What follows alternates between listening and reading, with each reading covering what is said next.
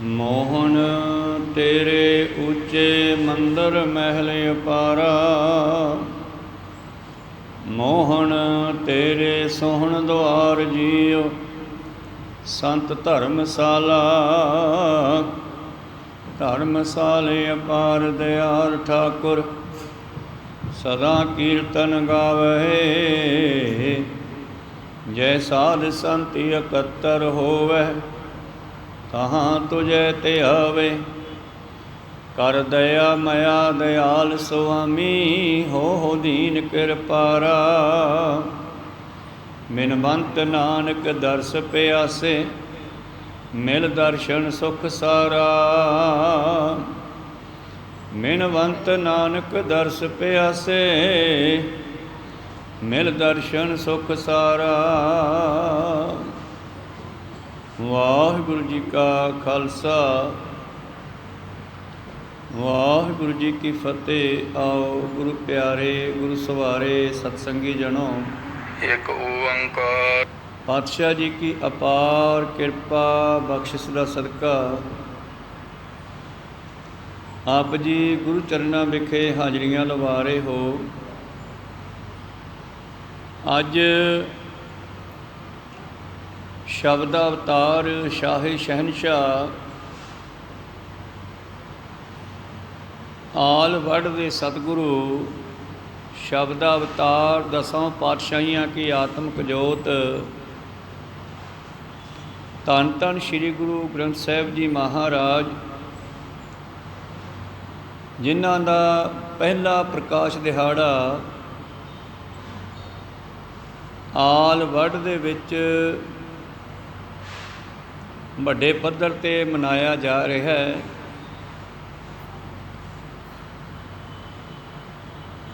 ਧੰਨ ਧੰਨ ਸ੍ਰੀ ਗੁਰੂ ਅਰਜਨ ਦੇਵ ਮਹਾਰਾਜ ਜੀ ਨੇ ਜੋ ਪਹਿਲੀ ਵਾਰ ਪ੍ਰਕਾਸ਼ ਕੀਤਾ, ਗੁਰਬਾਣੀ ਦਾ ਸੰਕਲਨ ਕਰਕੇ, ਗੁਰਬਾਣੀ ਨੂੰ ਇਕੱਤਰ ਕਰਕੇ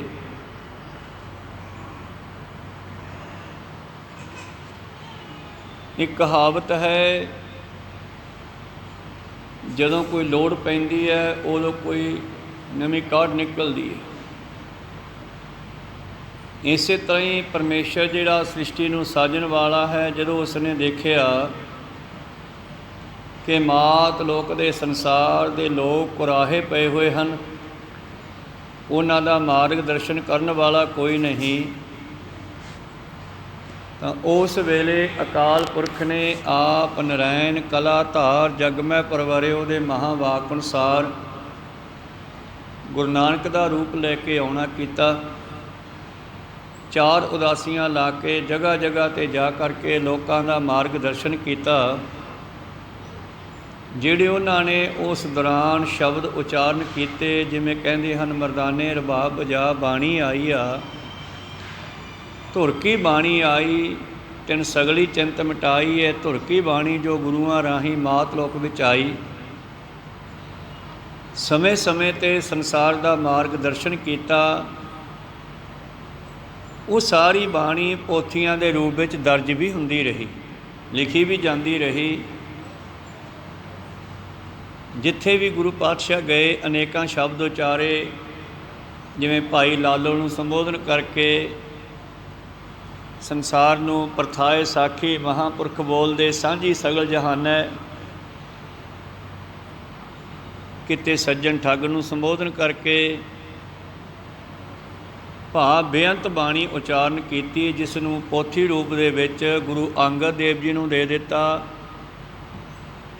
ਅਤੇ ਸਤਿਗੁਰੂ ਅੰਗਦ ਦੇਵ ਮਹਾਰਾਜ ਜੀ ਨੇ ਖਡੂਰ ਸਾਹਿਬ ਬੈਠ ਕਰਕੇ ਪ੍ਰਚਾਰ ਆਰੰਭ ਕੀਤਾ। ਜੋ ਬਾਣੀ ਉਹਨਾਂ ਨੇ ਉਚਾਰਨ ਕੀਤੀ ਉਹ ਵੀ ਨੋਟ ਹੋ ਗਈ, ਉਹ ਪੋਥੀ ਵੀ ਉਹਨਾਂ ਦੇ ਕੋਲ ਬਣ ਗਈ ਇੱਕ। ਇਉਂ ਉਹਨਾਂ ਨੇ ਗੁਰਤਾ ਗੱਦੀ ਨੂੰ ਅੱਗੇ ਜਦ ਸਤਿਗੁਰੂ ਸ੍ਰੀ ਗੁਰੂ ਅਮਰਦਾਸ ਮਹਾਰਾਜ ਜੀ ਨੂੰ ਬਖਸ਼ਿਸ਼ ਕੀਤਾ, ਉਹਨਾਂ ਨੇ ਉਹ ਦੋਨੇ ਪੋਥੀਆਂ ਸਤਿਗੁਰੂ ਅਮਰਦਾਸ ਜੀ ਨੂੰ ਦੇ ਦਿੱਤੀਆਂ। ਔਰ ਅਮਰਦਾਸ ਜੀ ਨੇ ਵੀ ਬਹੁਤ ਸਾਰੀ ਬਾਣੀ ਉਚਾਰਨ ਕੀਤੀ। ਉਹ ਵੀ ਸਾਰੀ ਨੋਟ ਹੁੰਦੀ ਰਹੀ। ਇਉਂ 3 ਪੋਥੀਆਂ ਤਿਆਰ ਹੋ ਗਈਆਂ।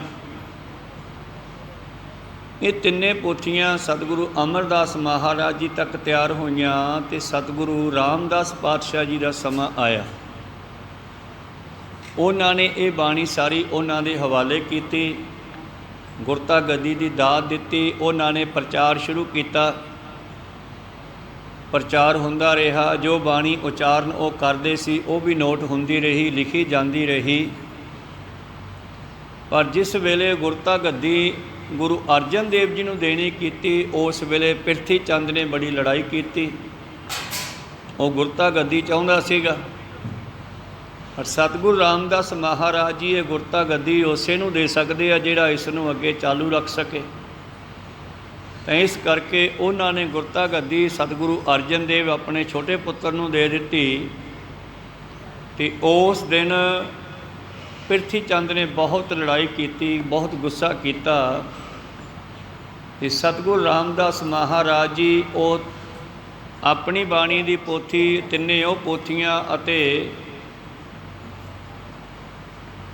ਗੁਰੂ ਪਿਆਰਿਓ ਕੁਝ ਥੋੜ੍ਹਾ ਬਹੁਤਾ ਸਮਾਂ ਬੀਬੀ ਭਾਨੀ, ਗੁਰੂ ਅਰਜਨ ਦੇਵ ਜੀ ਅਤੇ ਕੁਝ ਸਿੱਖ ਸੰਗਤਾਂ ਨੂੰ ਨਾਲ ਲੈ ਕੇ ਗੋਇੰਦਵਾਲ ਪਹੁੰਚ ਗਏ। ਅੰਮ੍ਰਿਤਸਰ ਛੱਡ ਕੇ ਆ ਗਏ, ਕਿਉਂਕਿ ਉੱਥੇ ਪ੍ਰਿਥੀ ਚੰਦ ਲੜਾਈ ਕਰਦਾ ਸੀ ਬਹੁਤ ਜ਼ਿਆਦਾ। ਤਾਂ ਇਸ ਤਰ੍ਹਾਂ ਉਹਨਾਂ ਨੇ ਆਖਰੀ ਸਮਾਂ ਜ਼ਿੰਦਗੀ ਦਾ ਗੋਇੰਦਵਾਲ ਸਾਹਿਬ ਬਤੀਤ ਕੀਤਾ। ਇਉਂ ਚਾਰੇ ਪੋਥੀਆਂ ਗੁਰਦੁਆਰਾ ਸਾਹਿਬ ਚੁਬਾਰਾ ਸਾਹਿਬ ਗੋਇੰਦਵਾਲ ਸਾਹਿਬ, ਜਿਸ ਚੁਬਾਰੇ ਦੇ ਵਿੱਚ ਧੰਨ ਧੰਨ ਸ੍ਰੀ ਗੁਰੂ ਅਮਰਦਾਸ ਜੀ ਦਾ ਵੱਡਾ ਸਪੁੱਤਰ ਭਜਨ ਬੰਦਗੀ ਕਰਦਾ ਹੈ, ਸਿਮਰਨ ਵਿੱਚ ਲੀਨ ਹੋ ਜਾਂਦਾ ਹੈ, ਬਹੁਤ ਜ਼ਿਆਦਾ ਸਿਮਰਨ ਕਰਦਾ ਹੈ।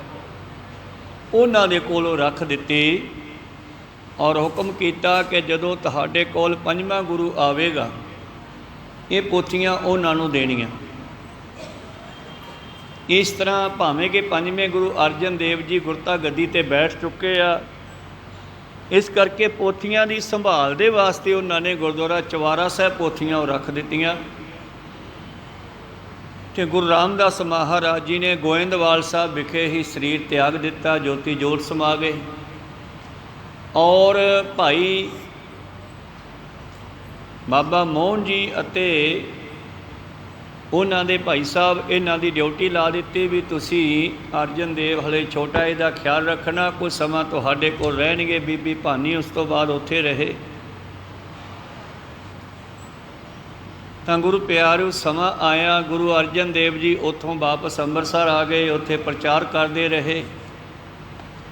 ਪ੍ਰਿਥੀ ਚੰਦ ਨੇ ਬੜੇ ਕੋਸ਼ਿਸ਼ਾਂ ਕੀਤੀਆਂ, ਜਦੋਂ ਜਹਿਦ ਕੀਤੀ ਕਿ ਮੈਂ ਗੁਰਤਾ ਗੱਦੀ 'ਤੇ ਬੈਠ ਜਾਵਾਂ, ਪਰ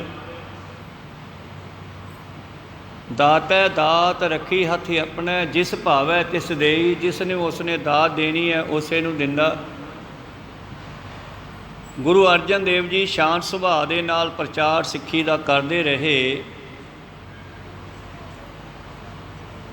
ਅਤੇ ਕੁਝ ਸਮੇਂ ਦੇ ਬਾਅਦ ਭਾਈ ਸਾਹਿਬ ਭਾਈ ਗੁਰਦਾਸ ਜੀ ਜੋ ਗੁਰੂ ਅਮਰਦਾਸ ਜੀ ਦੇ ਭਾਈ ਦੇ ਪੁੱਤਰ ਹਨ, ਬੀਬੀ ਭਾਨੀ ਦੇ ਭਾਈ ਹਨ, ਗੁਰੂ ਅਰਜਨ ਦੇਵ ਜੀ ਦੇ ਮਾਮਾ ਜੀ ਲੱਗਦੇ ਆ ਸਰੀਕੇ 'ਚੋਂ, ਇਹ ਕਿਧਰੇ ਪ੍ਰਚਾਰ ਕਰਨ ਗਏ ਹੋਏ ਸੀ। ਇਹ ਜਦੋਂ ਵਾਪਸ ਆਏ ਅਤੇ ਲੰਗਰ ਵਿੱਚ ਗਏ ਤਾਂ ਲੰਗਰ ਬੜਾ ਸਿੰਪਲ ਸਾਦਾ ਜਿਹਾ, ਜਲ ਪਾਣੀ ਨਾਲ ਭੁੱਜੇ ਛੋਲੇ, ਗੁੜ ਆਦਿ। ਜਦੋਂ ਸਾਦਾ ਜਿਹਾ ਭੋਜਨ ਛਕਣਾ ਕੀਤਾ, ਭਾਈ ਗੁਰਦਾਸ ਜੀ ਨੇ ਹੁਣ ਤੀਜੇ ਪਾਤਸ਼ਾਹ ਵੇਲੇ, ਦੂਜੇ ਪਾਤਸ਼ਾਹ ਵੇਲੇ ਵੀ ਲੰਗਰ ਚੱਲਦੇ ਵੇਖੇ ਸੀਗੇ। ਗੁਰੂ ਅੰਗਦ ਦੇਵ ਜੀ ਦੇ ਸਮੇਂ ਖਡੂਰ ਸਾਹਿਬ ਦੇ ਵਿੱਚ ਜਿਹੜਾ ਲੰਗਰ ਚੱਲਦਾ ਸੀਗਾ, ਖੀਰ ਘਿਆਲੀ ਬਾਣੀ ਵਿੱਚ ਲਿਖਿਆ, ਘਿਓ ਵਾਲੀ ਖੀਰ ਬਣਦੀ ਸੀ। ਅਤੇ ਅੱਜ ਕੀ ਬਣਿਆ, ਭਾਈ ਗੁਰਦਾਸ ਜੀ ਨੇ ਆ ਕਰਕੇ ਧੰਨ ਧੰਨ ਸ੍ਰੀ ਗੁਰੂ ਅਰਜਨ ਦੇਵ ਜੀ ਕੋਲ ਬੇਨਤੀ ਕੀਤੀ, ਮਹਾਰਾਜ ਲੰਗਰ ਨੂੰ ਕੀ ਹੋ ਗਿਆ? ਕਿਉਂ ਭਾਈ, ਬੜਾ ਸਾਦਾ ਸਿੰਪਲ ਹੈ ਮਹਾਰਾਜ, 36 ਪ੍ਰਕਾਰ ਦੇ ਭੋਜਨ ਬਣਦੇ ਸੀ। ਧੰਨ ਧੰਨ ਸ੍ਰੀ ਗੁਰੂ ਅਰਜਨ ਦੇਵ ਜੀ ਨੇ ਉਸ ਵੇਲੇ ਉਹਨੂੰ ਕੁਛ ਵੀ ਨਹੀਂ ਕਿਹਾ ਗਾ, ਕਿਉਂਕਿ ਇਹਨਾਂ ਦਾ ਬੜਾ ਸ਼ਾਂਤ ਸੁਭਾਅ ਸੀ। ਇਹ ਈਰਖਾ ਵੀ ਨਹੀਂ ਸੀ ਕਰਦੇ, ਸਿੰਪਲ ਰਹਿੰਦੇ ਸਨ। ਬਸ ਇੰਨਾ ਹੀ ਕਿਹਾ, ਭਾਈ ਜੇ ਤੂੰ ਵਧੀਆ ਭੋਜਨ ਛਕਣਾ ਹੈ ਤਾਂ ਘਰੇ ਆਪਣੀ ਭੈਣ ਕੋਲ ਚਲੇ ਆ ਜਾ। ਅਤੇ ਜਿਸ ਵੇਲੇ ਭਾਈ ਸਾਹਿਬ ਭਾਈ ਗੁਰਦਾਸ ਜੀ ਬੀਬੀ ਭਾਨੀ ਕੋਲ ਆਏ ਘਰੇ, ਗੁਰਦੁਆਰਾ ਚੁਬਾਰਾ ਤਾਂ ਪ੍ਰਸ਼ਾਦਾ ਛਕਣ ਵਾਸਤੇ ਸ੍ਰੀ ਅੰਮ੍ਰਿਤਸਰ ਸਾਹਿਬ ਦੀ ਘਟਨਾ ਹੈ। ਪੁੱਛਿਆ ਭੈਣ ਜੀ ਕੀ ਗੱਲ ਹੈ, ਭੋਜਨ ਇੰਨਾ ਸਾਦਾ ਕਿਉਂ ਹੈ? ਮੈਨੂੰ ਸਮਝ ਨਹੀਂ ਆਈ। ਇੱਥੇ ਤਾਂ 36 ਪ੍ਰਕਾਰ ਦੇ ਭੋਜਨ ਬਣਦੇ ਸੀ।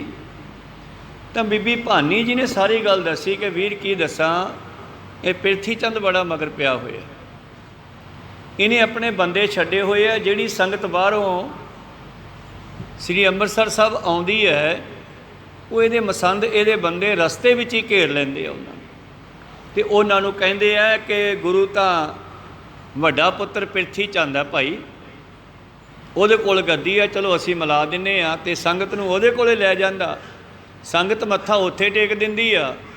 ਅਤੇ ਫਿਰ ਪ੍ਰਿਥੀ ਚੰਦ ਕਹਿੰਦਾ ਚੰਗਾ ਰਾਮਦਾਸ ਲੰਗਰ ਤੋਂ ਲੰਗਰ ਛਕ ਲਓ ਜਾ ਕੇ ਭਾਈ, ਅਤੇ ਲੰਗਰ ਛਕਣ ਇੱਧਰ ਆ ਜਾਂਦੇ ਆ। ਹੁਣ ਜੇ ਪੈਸਾ ਆਵੇ ਤਾਂ ਲੰਗਰ ਬਣੂਗਾ, ਅਸੀਂ ਉਸ ਨੂੰ ਕੁਛ ਨਹੀਂ ਕਹਿੰਦੇ। ਜਿਹੋ ਜਿਹਾ ਰੁੱਖਾ ਮਿੱਸਾ ਆਈ ਜਾਂਦਾ ਅਸੀਂ ਛਕਾਈ ਜਾਂਦੇ ਹਾਂ। ਤਾਂ ਭਾਈ ਗੁਰਦਾਸ ਜੀ ਨੇ ਉਦਮ ਕੀਤਾ, ਗੁਰੂ ਪਿਆਰੇ ਉਸੇ ਵੇਲੇ ਫਿਰ ਸੰਗਤਾਂ ਨੂੰ ਪ੍ਰੇਰਨਾ ਸ਼ੁਰੂ ਕੀਤਾ। ਔਰ ਜਿਹੜਾ ਮੇਨ ਰਸਤਾ ਸ੍ਰੀ ਅੰਮ੍ਰਿਤਸਰ ਸਾਹਿਬ ਨੂੰ ਆਉਂਦਾ ਸੀ, ਜਿੱਧਰੋਂ ਸਾਰੀਆਂ ਸੰਗਤਾਂ ਆਉਂਦੀਆਂ ਸਨ, ਉਸ ਰਸਤੇ 'ਤੇ ਜਾ ਕੇ ਇੱਕ ਦਰੱਖਤ ਦੇ ਹੇਠਾਂ ਚਾਦਰ ਵਿਛਾ ਕੇ ਚਿੱਟੀ, ਉੱਤੇ ਚੌਰ ਸਾਹਿਬ ਰੱਖ ਕੇ ਮੋਰ ਦੇ ਖੰਭਾਂ ਦਾ ਸਾਈਡ 'ਤੇ ਬੈਠ ਗਏ। ਬਈ ਲੋਕ ਪੁੱਛਣਗੇ ਵੀ ਤੂੰ ਇੱਥੇ ਕਿਵੇਂ ਬੈਠਾ ਭਾਈ? ਵਾਕਿਆ ਸੰਗਤ ਜਥਾ ਕੋਈ ਉੱਧਰੋਂ ਆਉਂਦਾ ਹੈ, ਉਹ ਪੁੱਛਦਾ ਵੀ ਤੁਸੀਂ ਇੱਥੇ ਕਿਵੇਂ ਬੈਠੇ ਭਾਈ ਸਾਹਿਬ?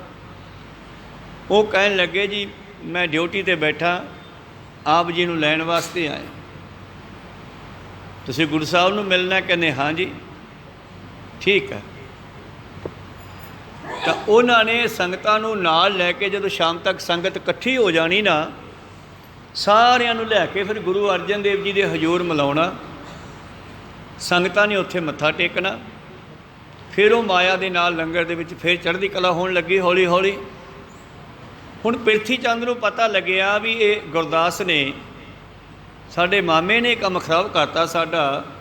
ਉਸ ਨੇ ਲੜਾਈ ਵੀ ਸ਼ੁਰੂ ਕੀਤੀ ਵੀ ਮਾਮਾ ਤੈਨੂੰ ਕੀ ਲੋੜ ਹੈ ਭਲਾ ਵਿੱਚ ਪੈਣ ਦੀ, ਤੂੰ ਸਾਡਾ ਹੀ ਮਾਮਾ ਲੱਗਦਾ, ਇਹਦੇ ਮਾਮਾ ਲੱਗਦਾ। ਉਹ ਕਹਿੰਦੇ ਮੈਂ ਮਾਮਾ ਅਲੱਗ ਹਾਂ, ਸੇਵਾਦਾਰ ਗੁਰੂ ਘਰ ਦਾ ਹਾਂ, ਮੈਂ ਨੁਕਸਾਨ ਨਹੀਂ ਹੋਣ ਦੇਣਾ ਗੁਰੂ ਘਰ ਦਾ। ਫਿਰ ਪ੍ਰਿਥੀ ਚੰਦ ਨੇ ਬੰਦੇ ਛੱਡੇ, ਬਾਹਰੋਂ ਪਿੰਡਾਂ ਦੇ ਵਿੱਚੋਂ ਜਾ ਕੇ ਮੰਗਦੇ ਆ ਵੀ 10ਵਾਂ ਦਸਾਉਣ ਦਿਓ ਜੀ ਪ੍ਰਿਥੀ ਚੰਦ ਦਾ ਗੁਰੂ ਘਰ ਦਾ। ਭਾਈ ਗੁਰਦਾਸ ਜੀ ਨੇ ਚਿੱਠੀਆਂ ਪਾਤੀਆਂ ਮਗਰ ਸੰਗਤਾਂ ਨੂੰ ਵੀ ਜਿਹੜਾ ਗੁਰੂ ਹੈ ਉਹ ਪੰਜਵਾਂ ਗੁਰੂ ਗੁਰੂ ਅਰਜਨ ਦੇਵ ਹੈ, ਰਾਮਦਾਸ ਜੀ ਦਾ ਛੋਟਾ ਪੁੱਤਰ। ਔਰ ਜੋ ਤੁਸੀਂ ਗੁਰੂ ਘਰ ਦੇ ਪ੍ਰਥਾਏ ਨਿਮਿਤ ਕੱਢਣਾ ਦਸੌਂਦ, ਉਹ ਸਿੱਧਾ ਲਿਆ ਕੇ ਇੱਥੇ ਮੱਥਾ ਟੇਕੋ, ਪ੍ਰਿਥੀ ਚੰਦ ਨੂੰ ਕੁਛ ਨਹੀਂ ਦੇਣਾ। ਸੰਗਤਾਂ ਸੁਚੇਤ ਹੋ ਗਈਆਂ, ਹੌਲੀ ਹੌਲੀ ਪਤਾ ਲੱਗ ਗਿਆ। ਸਮਾਂ ਬਤੀਤ ਹੁੰਦਾ ਗਿਆ। ਹੁਣ ਕੀ ਹੋਇਆ, ਜਿਸ ਵੇਲੇ ਸ੍ਰੀ ਸਰੋਵਰ ਸਾਹਿਬ ਬਣ ਗਿਆ, ਸ੍ਰੀ ਹਰਿਮੰਦਰ ਸਾਹਿਬ ਦੀ ਤਿਆਰੀ ਹੋ ਗਈ, ਸਤਿਗੁਰੂ ਅਰਜਨ ਦੇਵ ਮਹਾਰਾਜ ਜੀ ਗੁਰਸਿੱਖਾਂ ਦੇ ਕਹਿਣ 'ਤੇ ਇੱਕ ਦਿਨ ਸੋਚਦੇ ਆ ਕਿ ਇਹ ਵੀ ਭਾਈ ਗੁਰਦਾਸ ਨੇ ਖੋਜ ਕੀਤੀ। ਸੰਗਤਾਂ ਨੂੰ ਵੀ ਪਤਾ ਲੱਗਿਆ ਬਈ ਕੁਝ ਲੋਕ ਜਿਹੜੇ ਹਨ ਆਪਣੀਆਂ ਕਵਿਤਾਵਾਂ ਲਿਖਦੇ ਆ, ਆਪਣੀ ਮਨਮਤ ਦੇ ਸ਼ਬਦ ਲਿਖਦੇ ਆ ਔਰ ਥੱਲੇ ਸ਼ਬਦ ਨਾਨਕ ਪਾ ਦਿੰਦੇ ਆ, ਜਿਹਦੇ ਨਾਲ ਭੁਲੇਖਾ ਪੈ ਸਕਦਾ ਹੈ। ਜਿਵੇਂ ਇਹਨਾਂ ਸ਼ਬਦਾਂ ਵਿੱਚ ਨਾਨਕ ਮੋਹਰ ਲੱਗੀ ਆ, ਜੇ ਭਲਾ ਕੋਈ ਆਪਦੀ ਮਨਮਤ ਦੇ ਸ਼ਬਦ ਲਿਖ ਕੇ ਥੱਲੇ ਨਾਨਕ ਲਿਖ ਦੇਵੇ ਤੇ ਫਿਰ ਜਿਹੜੀ ਜਨਤਾ ਨੂੰ ਪਤਾ ਨਹੀਂ ਉਹਨੂੰ ਭੁਲੇਖਾ ਪੈ ਸਕਦਾ ਸੀਗਾ। ਭਾਈ ਸਾਹਿਬ ਭਾਈ ਗੁਰਦਾਸ ਜੀ ਨੇ ਆ ਕੇ ਦੱਸੀ ਇਹ ਗੱਲ ਸਾਰੀ ਕਿ ਮਹਾਰਾਜ ਜਿਹੜੀ ਪੱਕੀ ਬਾਣੀ ਧੁਰਕੀ ਬਾਣੀ ਹੈ ਉਹਦੇ ਵਿੱਚ ਰਲਾ ਹੋ ਸਕਦਾ, ਮਿਲਾਵਟ ਹੋ ਸਕਦੀ ਹੈ। ਕਿਉਂ ਭਾਈ? ਮਹਾਰਾਜ ਕੁਝ ਲੋਕ ਆਪਣੀ ਮਨਮਰਜ਼ੀ ਦੀਆਂ ਕਵਿਤਾਵਾਂ ਲਿਖ ਲਿਖ ਕੇ ਛੱਡੀ ਜਾਂਦੇ ਆ, ਕਿਤਾਬਾਂ ਕਾਪੀਆਂ ਭਰ ਕੇ ਬਈਆਂ ਰੱਖੀ ਜਾਂਦੇ ਆ। ਆਉਣ ਵਾਲੇ ਸਮੇਂ 'ਚ ਸੰਗਤ ਚੱਕਰ 'ਚ ਪੈ ਜਾਣੀ ਆ, ਭੁਲੇਖਾ ਪੈ ਜਾਣਾ। ਇਹ ਜਿਹੜੀ ਸੱਚੀ ਪੱਕੀ ਬਾਣੀ ਹੈ, ਧੁਰਕੀ ਬਾਣੀ ਹੈ, ਇਸ ਨੂੰ ਕਿਸ ਤਰ੍ਹਾਂ ਆਪਾਂ ਨੂੰ ਸੰਭਾਲਣਾ ਚਾਹੀਦਾ। ਤਾਂ ਸਤਿਗੁਰੂ ਸ਼੍ਰੀ ਗੁਰੂ ਅਰਜਨ ਦੇਵ ਮਹਾਰਾਜ ਜੀ ਕਹਿਣ ਲੱਗੇ ਬਿਲਕੁਲ ਗੱਲ ਤੁਹਾਡੀ ਸਹੀ ਆ, ਇਹ ਸਾਰੀ ਬਾਣੀ ਆਪਾਂ ਨੂੰ ਇਕੱਤਰ ਕਰਨੀ ਚਾਹੀਦੀ ਆ। ਆਪਾਂ ਇਹ ਸਾਰੀ ਬਾਣੀ ਜੋ ਗੁਰੂਆਂ ਦੀ ਹੈ ਇੱਕ ਥਾਂ 'ਤੇ ਇਕੱਠੀ ਕਰ ਦਿੰਦੇ ਆ, ਫਿਰ ਭਾਵੇਂ ਜਿੰਨਾ ਮਰਜ਼ੀ ਕੋਈ ਜ਼ੋਰ ਲਾ ਲੇ ਲਿਖੀ ਜਾਵੇ, ਕੋਈ ਫਰਕ ਨਹੀਂ ਪੈਣਾ। ਪਰ ਜਿਹੜੀਆਂ ਪਹਿਲੀਆਂ 4 ਪੋਥੀਆਂ ਚੌਥੇ ਪਾਤਸ਼ਾਹ ਜੀ ਤੱਕ ਜਿਹੜੀ ਬਾਣੀ ਹੈ ਉਹ ਸ੍ਰੀ ਗੋਇੰਦਵਾਲ ਸਾਹਿਬ ਹੈ ਅਤੇ ਉੱਥੋਂ ਲਿਆਉਣੀ ਪੈਣੀ ਆ। ਅਤੇ ਬਾਕੀ ਸਤਿਗੁਰਾਂ ਨੇ ਹੁਕਮਨਾਮੇ ਦੁਨੀਆ ਵਿੱਚ ਵੀ ਅਲੱਗ-ਅਲੱਗ ਭੇਜ ਦਿੱਤੇ ਸਿੱਖਾਂ ਦੇ ਰਾਹੀਂ ਵੀ ਜੇ ਕਿਸੇ ਕੋਲੇ ਕੋਈ ਗੁਰੂਆਂ ਦਾ ਰਚਿਆ ਹੋਇਆ ਸ਼ਬਦ ਹੈ ਜਿਵੇਂ ਕਈ ਥਾਵਾਂ 'ਤੇ ਗੁਰੂ ਸਾਹਿਬ ਲਿਖ ਕੇ ਦੇ ਜਾਂਦੇ, ਲੈ ਸਿੱਖਾ ਤੂੰ ਆ ਸ਼ਬਦ ਗਾਇਆ ਕਰ, ਪੜ੍ਹਿਆ ਕਰ। ਔਰ ਸਤਿਗੁਰੂ ਨਾਨਕ ਦੇਵ ਜੀ ਦੇ ਕੋਲ ਕੋਈ ਬਹੀ, ਕੋਈ ਪੋਥੀ, ਕੋਈ ਕਾਪੀ ਵਗੈਰਾ ਹੋਇਆ ਕਰਦੀ ਸੀ। ਜਿਹੜਾ ਸ਼ਬਦ ਉਚਾਰਿਆ ਜਾਂਦਾ ਉਹ ਮੌਕੇ 'ਤੇ ਲਿਖਿਆ ਜਾਂਦਾ ਸੀਗਾ। ਜਿਸ ਤਰ੍ਹਾਂ ਸੱਖਰ ਭੱਖਰ ਦੀ ਬੰਦਰਗਾਹ 'ਤੇ ਜਦੋਂ ਮੱਕੇ ਨੂੰ ਜਾਂਦੇ ਆ, ਉੱਥੇ ਹਾਜੀ ਕਾਜੀ ਬੈਠੇ ਬਾਬੇ ਨਾਨਕ ਨੂੰ ਪੁੱਛਦੇ ਆ ਨਾ, ਬਈ ਤੁਹਾਡੀ ਆ ਕੱਛ ਵਿੱਚ ਕਿਤਾਬ ਹੈ, ਇਹਦੇ ਵਿੱਚ ਕੀ ਲਿਖਿਆ, ਸਾਨੂੰ ਖੋਲ੍ਹ ਕੇ ਸੁਣਾਓ, ਤੁਸੀਂ ਅਵਤਾਰ ਹੋ, ਪੈਗੰਬਰ ਹੋ।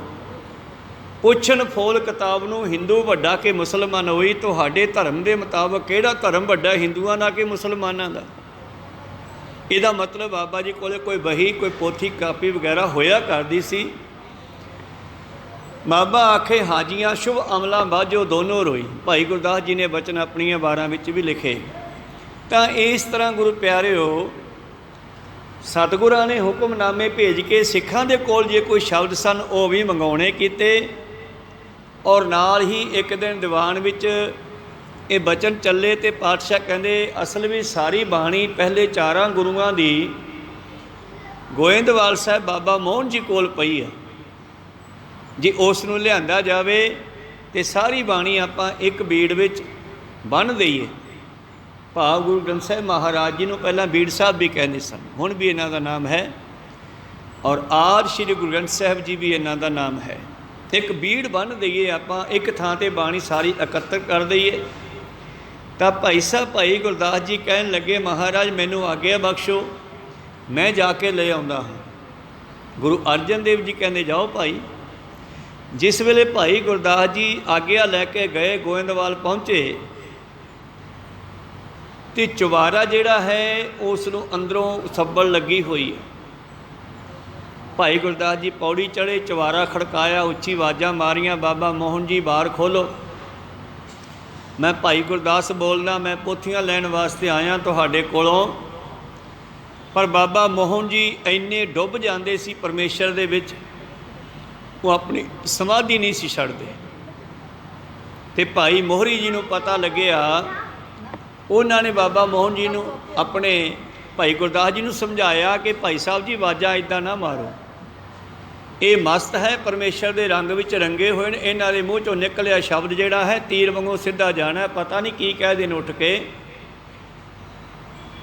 ਇੱਦਾਂ ਨਹੀਂ ਇਹ ਗੇਟ ਖੋਲ੍ਹਦੇ, ਇਹ ਆਪਦੀ ਮਰਜ਼ੀ ਨਾਲ ਹੀ ਬਾਹਰ ਨਿਕਲਦੇ। ਤਾਂ ਭਾਈ ਗੁਰਦਾਸ ਜੀ ਉੱਥੋਂ ਵਾਪਸ ਆ ਗਏ। ਆ ਕੇ ਦੱਸਿਆ ਜੀ ਉਹਨਾਂ ਨੇ ਤਾਂ ਬੂਹਾ ਨਹੀਂ ਖੋਲ੍ਹਿਆ। ਫਿਰ ਬਾਬਾ ਬੁੱਢਾ ਜੀ ਕਹਿਣ ਲੱਗੇ ਸ਼ਾਇਦ ਮੈਨੂੰ ਖੋਲ੍ਹ ਦੇਣ, ਮੈਂ ਪੁਰਾਣਾ ਸਿੱਖ ਹਾਂ। ਕਹਿਣ ਲੱਗੇ ਜੀ ਮੈਂ ਜਾਵਾਂ ਫਿਰ। ਸਤਿਗੁਰੂ ਅਰਜਨ ਦੇਵ ਮਹਾਰਾਜ ਜੀ ਕਹਿਣ ਲੱਗੇ ਤੁਸੀਂ ਚਲੇ ਜਾਓ। ਤਾਂ ਬਾਬਾ ਬੁੱਢਾ ਜੀ ਗਏ, ਬੌਲੀ ਸਾਹਿਬ ਇਸ਼ਨਾਨ ਕੀਤਾ। ਇਸ਼ਨਾਨ ਕਰਨ ਤੋਂ ਬਾਅਦ ਫਿਰ ਇਹਨਾਂ ਨੇ ਚੁਬਾਰਾ ਸਾਹਿਬ ਗੁਰਦੁਆਰਾ ਸਾਹਿਬ ਜੋ ਹੈ ਇਹ ਸਤਿਗੁਰਾਂ ਦਾ ਪੁਰਾਣਾ ਘਰ ਹੈ, ਜਿੱਥੇ ਗੁਰੂ ਅਮਰਦਾਸ ਮਹਾਰਾਜ ਜੀ ਰਹਿੰਦੇ ਰਹੇ ਹੈ। ਰਾਮਦਾਸ ਜੀ ਵੀ ਇੱਥੇ ਆਖਰੀ ਸਮਾਂ ਰਹਿੰਦੇ ਰਹੇ ਹੈ। ਬੀਬੀ ਭਾਨੀ ਜੀ ਨੇ ਵੀ ਕਾਫੀ ਸਮਾਂ ਇੱਥੇ ਰਹਿਣਾ ਕੀਤਾ ਬਚਪਨ ਤੋਂ ਲੈ ਕੇ। ਤਾਂ ਇਸ ਤਰ੍ਹਾਂ ਇਹ ਘਰ ਹੈ ਸਤਿਗੁਰਾਂ ਦਾ ਪੁਰਾਣਾ। ਬਾਬਾ ਬੁੱਢਾ ਜੀ ਘਰੇ ਗਏ, ਚੁਬਾਰੇ ਵੱਲ ਗਏ, ਚੁਬਾਰੇ ਦਾ ਗੇਟ ਲੱਗਿਆ ਹੋਇਆ ਹੈ। ਇਹਨਾਂ ਨੇ ਬਾਹਰ ਖੜਕਾਇਆ, ਉੱਚੀ ਉੱਚੀ ਆਵਾਜ਼ਾਂ ਮਾਰੀਆਂ, ਬਾਬਾ ਮੋਹਨ ਜੀ ਬਾਹਰ ਖੋਲ੍ਹੋ। ਮੈਂ ਬੁੱਢਾ ਬੋਲਦਾ, ਪਰ ਉਹਨਾਂ ਨੇ ਫਿਰ ਵੀ ਬਾਹਰ ਨਾ ਖੋਲ੍ਹਿਆ। ਅਤੇ ਬਾਬਾ ਬੁੱਢਾ ਜੀ ਨੇ ਕਹਿੰਦੇ ਚੂਲ ਲਾ ਦਿੱਤੀ, ਗੇਟ ਦੀ ਚੂਲ ਪਾਸੇ ਕਰਕੇ, ਜਿਵੇਂ ਚੂਲਾਂ ਵਾਲੇ ਗੇਟ ਪਹਿਲਾਂ ਹੁੰਦੇ ਸੀ। ਅੰਦਰ ਚਲੇ ਗਏ। ਬਾਬਾ ਮੋਹਨ ਜੀ ਨੂੰ ਹਿਲਾ ਕੇ ਜਗਾਉਣ ਦੀ ਕੋਸ਼ਿਸ਼ ਕੀਤੀ, ਪਰ ਉਹਨਾਂ ਨੇ ਆਪਣੀ ਸਮਾਧੀ ਨਾ ਛੱਡੀ। ਅਤੇ ਭਾਈ ਮੋਹਰੀ ਜੀ ਫਿਰ ਭੱਜ ਕੇ ਆਏ। ਬਾਬਾ ਬੁੱਢਾ ਜੀ ਨੂੰ ਕਿਹਾ ਬਾਬਾ ਜੀ ਐਂ ਕੀ ਕਰਦੇ ਹੋ, ਇਹ ਇੱਦਾਂ ਧਿਆਨ ਨਹੀਂ ਖੋਲ੍ਹਦੇ ਕਿਸੇ ਦੇ ਕਹੇ ਤੋਂ, ਇਹ ਆਪਣੀ ਮਰਜ਼ੀ ਦੇ ਮਾਲਕ ਹੈ, ਪਰਮੇਸ਼ਰ ਵਿੱਚ ਲੀਨ ਹੈ। ਇਹਨਾਂ ਦੇ ਵਚਨ ਵੀ ਚੱਲ ਜਾਂਦੇ ਆ ਅਤੇ ਵਚਨ ਤੁਹਾਡੇ ਵੀ ਚੱਲ ਜਾਂਦੇ ਆ। ਕਿਤੇ ਐਸਾ ਨਾ ਹੋਣ ਕਿ ਇਹ ਧਿਆਨ ਖੋਲ੍ਹ ਕੇ ਕੋਈ ਐਸਾ ਵਚਨ ਹੋ ਜਾਵੇ ਅਤੇ ਫਿਰ ਔਖਾ ਹੋ ਜਾਵੇ ਕੰਮ। ਤਾਂ ਬਾਬਾ ਬੁੱਢਾ ਜੀ ਫਿਰ ਚੁੱਪ ਕਰਕੇ ਉੱਥੋਂ ਵਾਪਸ ਆ ਗਏ। ਸਤਿਗੁਰੂ ਅਰਜਨ ਦੇਵ ਮਹਾਰਾਜ ਜੀ ਨੂੰ ਬੇਨਤੀ ਕੀਤੀ, ਮਹਾਰਾਜ ਜੀ ਉਹ ਆਏ ਨਹੀਂ। ਤੱਕ ਬਚਨ ਹੈ ਗੁਰ ਕਾ ਸ਼ਬਦ ਗੁਰ ਥੈ ਟਿਕੈ, ਹੋਰ ਥੈ ਪ੍ਰਗਟ ਨਾ ਹੋਏ। ਗੁਰੂ ਦਾ ਸ਼ਬਦ ਗੁਰੂ ਦੇ ਵਿੱਚ ਹੀ ਪ੍ਰਗਟ ਹੋ ਸਕਦਾ ਹੈ। ਤੇ ਬਾਬਾ ਮੋਹਨ ਜੀ ਨੂੰ ਬਚਨ ਕੀਤਾ ਸੀ ਚੌਥੇ ਪਾਤਸ਼ਾਹ ਜੀ ਨੇ ਕਿ ਮਾਮਾ ਜੀ ਜਦੋਂ ਤੁਹਾਡੇ ਕੋਲ ਪੰਜਵਾਂ ਗੁਰੂ ਆਵੇਗਾ ਇਹ ਪੋਥੀਆਂ ਉਹਨਾਂ ਨੂੰ ਦੇ ਦੇਣੀਆਂ। ਇਸ ਕਰਕੇ ਉਹ ਹੁਕਮ ਦੇ ਵਿੱਚ ਵੀ ਬੱਝੇ ਹੋਏ ਸੀਗੇ, ਇਸ ਕਰਕੇ ਉਹਨਾਂ ਨੇ ਉਹ ਪੋਥੀਆਂ ਅੱਜ ਤੱਕ ਕਿਸੇ ਹੋਰ ਨੂੰ ਦਿੱਤੀਆਂ ਨਹੀਂ। ਤਾਂ ਗੁਰੂ ਪਿਆਰਿਓ, ਸਤਿਗੁਰੂ ਅਰਜਨ ਦੇਵ ਮਹਾਰਾਜ ਜੀ ਕਹਿੰਦੇ ਇੱਦਾਂ ਨਹੀਂ ਮਿਲਦੀਆਂ। ਬਾਣੀ ਨੂੰ ਪ੍ਰਗਟ ਕਰਨ ਵਾਸਤੇ ਆਪਾਂ ਨੂੰ ਮਿਲ ਕੇ ਜਥਾ ਬਣਾ ਕੇ ਜਾਣਾ ਚਾਹੀਦਾ। ਤਾਂ ਉਸ ਵੇਲੇ ਸਤਿਗੁਰੂ ਅਰਜਨ ਦੇਵ ਜੀ ਨੰਗੇ ਪੈਰੀ ਬਾਬਾ ਬੁੱਢਾ, ਭਾਈ ਗੁਰਦਾਸ, ਹੋਰ ਸਿੱਖ ਸੰਗਤਾਂ ਦਾ ਜਥਾ ਲੈ ਕੇ ਸੰਮਤ 1648 ਵਿੱਚ ਗੋਇੰਦਵਾਲ ਸਾਹਿਬ ਆ ਗਏ, 48-49 ਦੇ ਵਿੱਚ। ਔਰ ਗੋਇੰਦਵਾਲ ਸਾਹਿਬ ਆ ਕਰਕੇ ਉਹਨਾਂ ਨੇ ਗੁਰੂ ਪਿਆਰਿਓ ਜੋ ਚੁਬਾਰਾ ਸਾਹਿਬ ਹੈ ਗੁਰਦੁਆਰਾ ਸਾਹਿਬ, ਚੁਬਾਰੇ ਦੇ ਬਾਹਰਲੇ ਪਾਸੇ ਇੱਕ ਬਾਰੀ ਖੁੱਲ੍ਹਦੀ ਹੈ, ਉਸ ਬਾਰੀ ਦੇ ਸਾਹਮਣੇ ਕਰਕੇ ਗਲੀ ਦੇ ਵਿੱਚ ਦਰੀ ਵਿਛਾ ਲਈ ਅਤੇ ਦਰੀ ਵਿਛਾ ਕਰਕੇ ਉਹਦੇ ਉੱਤੇ ਬੈਠ ਗਏ। ਔਰ ਇਹਨਾਂ ਦੇ ਕੋਲ ਆਪਣਾ ਤੰਬੂਰਾ ਸੀ, ਗੁਰਬਾਣੀ ਨੂੰ ਸਾਜ਼ਾਂ ਦੇ ਵਿੱਚ ਪਾਇਆ ਗਿਆ। ਮੁਸਲਮਾਨਾਂ ਨੇ ਰਾਗ ਬੰਦ ਕੀਤੇ, ਬਈ ਰਾਗ ਨਹੀਂ ਗਾਉਣਾ, ਸਾਜ਼ ਨਹੀਂ ਵਜਾਉਣਾ, ਇਹ ਸਾਨੂੰ ਜਿਹੜਾ ਹੈ ਵਾਸ਼ਨਾਵਾਂ ਦੇ ਵਿੱਚ ਲੈ ਜਾਂਦੇ ਆ। ਹੁਣ ਆਹੀ ਬਾਜਾ ਗੁਰੂ ਘਰ ਦੇ ਵਿੱਚ ਵੱਜਦਾ ਅਤੇ ਸ਼ਾਂਤੀ ਦਿੰਦਾ ਹੈ। ਇਹੀ ਬਾਜਾ ਗਾਉਣ ਵਾਲਿਆਂ ਕੋਲੇ ਹੋਏ ਚ ਲੱਚਰ ਗਾਉਂਦੇ ਆ। ਗੁਰੂ ਨਾਨਕ ਜੀ ਨੇ ਸਮਝਾਇਆ ਕਿ ਬਾਜੇ ਦੀ ਗਲਤੀ ਨਹੀਂ ਹੈ, ਗਲਤੀ ਤਾਂ ਉਹਨਾਂ ਸ਼ਬਦਾਂ ਦੀ ਹੈ ਜਿਹੜੇ ਵਿੱਚ ਗਾਉਂਦੇ ਆ। ਚੰਗੇ ਸ਼ਬਦ ਗਾਈਏ ਅਤੇ ਇਹੀ ਸਾਜ਼ ਸਾਨੂੰ ਪਰਮੇਸ਼ਰ ਨਾਲ ਵੀ ਜੋੜ ਸਕਦੇ ਆ। ਖੈਰ, ਸਤਿਗੁਰਾਂ ਨੇ ਪਰਮੇਸ਼ਰ ਦੀ ਆਈ ਬਾਣੀ ਨੂੰ ਸਾਜ਼ਾਂ ਵਿੱਚ ਗਾਉਣਾ ਸ਼ੁਰੂ ਕੀਤਾ। ਸਭ ਤੋਂ ਪਹਿਲਾਂ ਰਬਾਬ ਲਈ, ਮਰਦਾਨੇ ਨੇ ਰਬਾਬ ਵਜਾਈ, ਬਾਬਾ ਜੀ ਨੇ ਬਾਣੀ ਗਾਈ। ਇਸ ਤਰ੍ਹਾਂ ਅੱਗੇ ਤੋਂ ਅੱਗੇ ਸਾਜ਼ ਬਦਲਦੇ ਗਏ। ਰਬਾਬ ਤੋਂ ਬਾਅਦ ਸਰੰਦਾ ਵੀ ਆਇਆ, ਤੰਬੂਰੇ ਵੀ ਆਏ। ਇਹ ਤੰਬੂਰਾ 4 ਤਾਰਾਂ ਵਾਲਾ ਹੁੰਦਾ, ਜਿਸ ਤਰ੍ਹਾਂ ਕੱਦੂ ਦੇ ਵਿੱਚ ਲੰਬਾ ਡੰਡਾ ਪਾ ਕੇ ਜਿਹੜਾ ਹੈ ਉਸ ਨੂੰ ਤਾਰਾਂ ਬੰਨ੍ਹੀਆਂ ਜਾਂਦੀਆਂ ਸੀ। ਹੌਲੀ ਹੌਲੀ ਸੈਂਸ ਦੇ ਹਿਸਾਬ ਨਾਲ ਉਹ ਵਧੀਆ ਤਿਆਰ ਕੀਤੀਆਂ ਗਈਆਂ ਚੀਜ਼ਾਂ। ਫਿਰ ਸਰੰਗੀ ਆਈ। ਖੈਰ, ਤੰਬੂਰਾ ਲੈ ਕੇ ਜੋ ਬਹੁਤ ਵਜਨ 'ਚ ਹਲਕਾ ਹੁੰਦਾ ਹੈ, ਧੰਨ ਧੰਨ ਸ਼੍ਰੀ ਗੁਰੂ ਅਰਜਨ ਦੇਵ ਮਹਾਰਾਜ ਜੀ ਉੱਥੇ ਪਹੁੰਚ ਗਏ। ਔਰ ਬਾਹਰ ਕੱਪੜਾ ਵਿਛਾ ਕੇ, ਦਰੀ ਵਿਛਾ ਕੇ ਉਹਦੇ ਉੱਤੇ ਸੰਗਤ ਸਜ ਗਈ।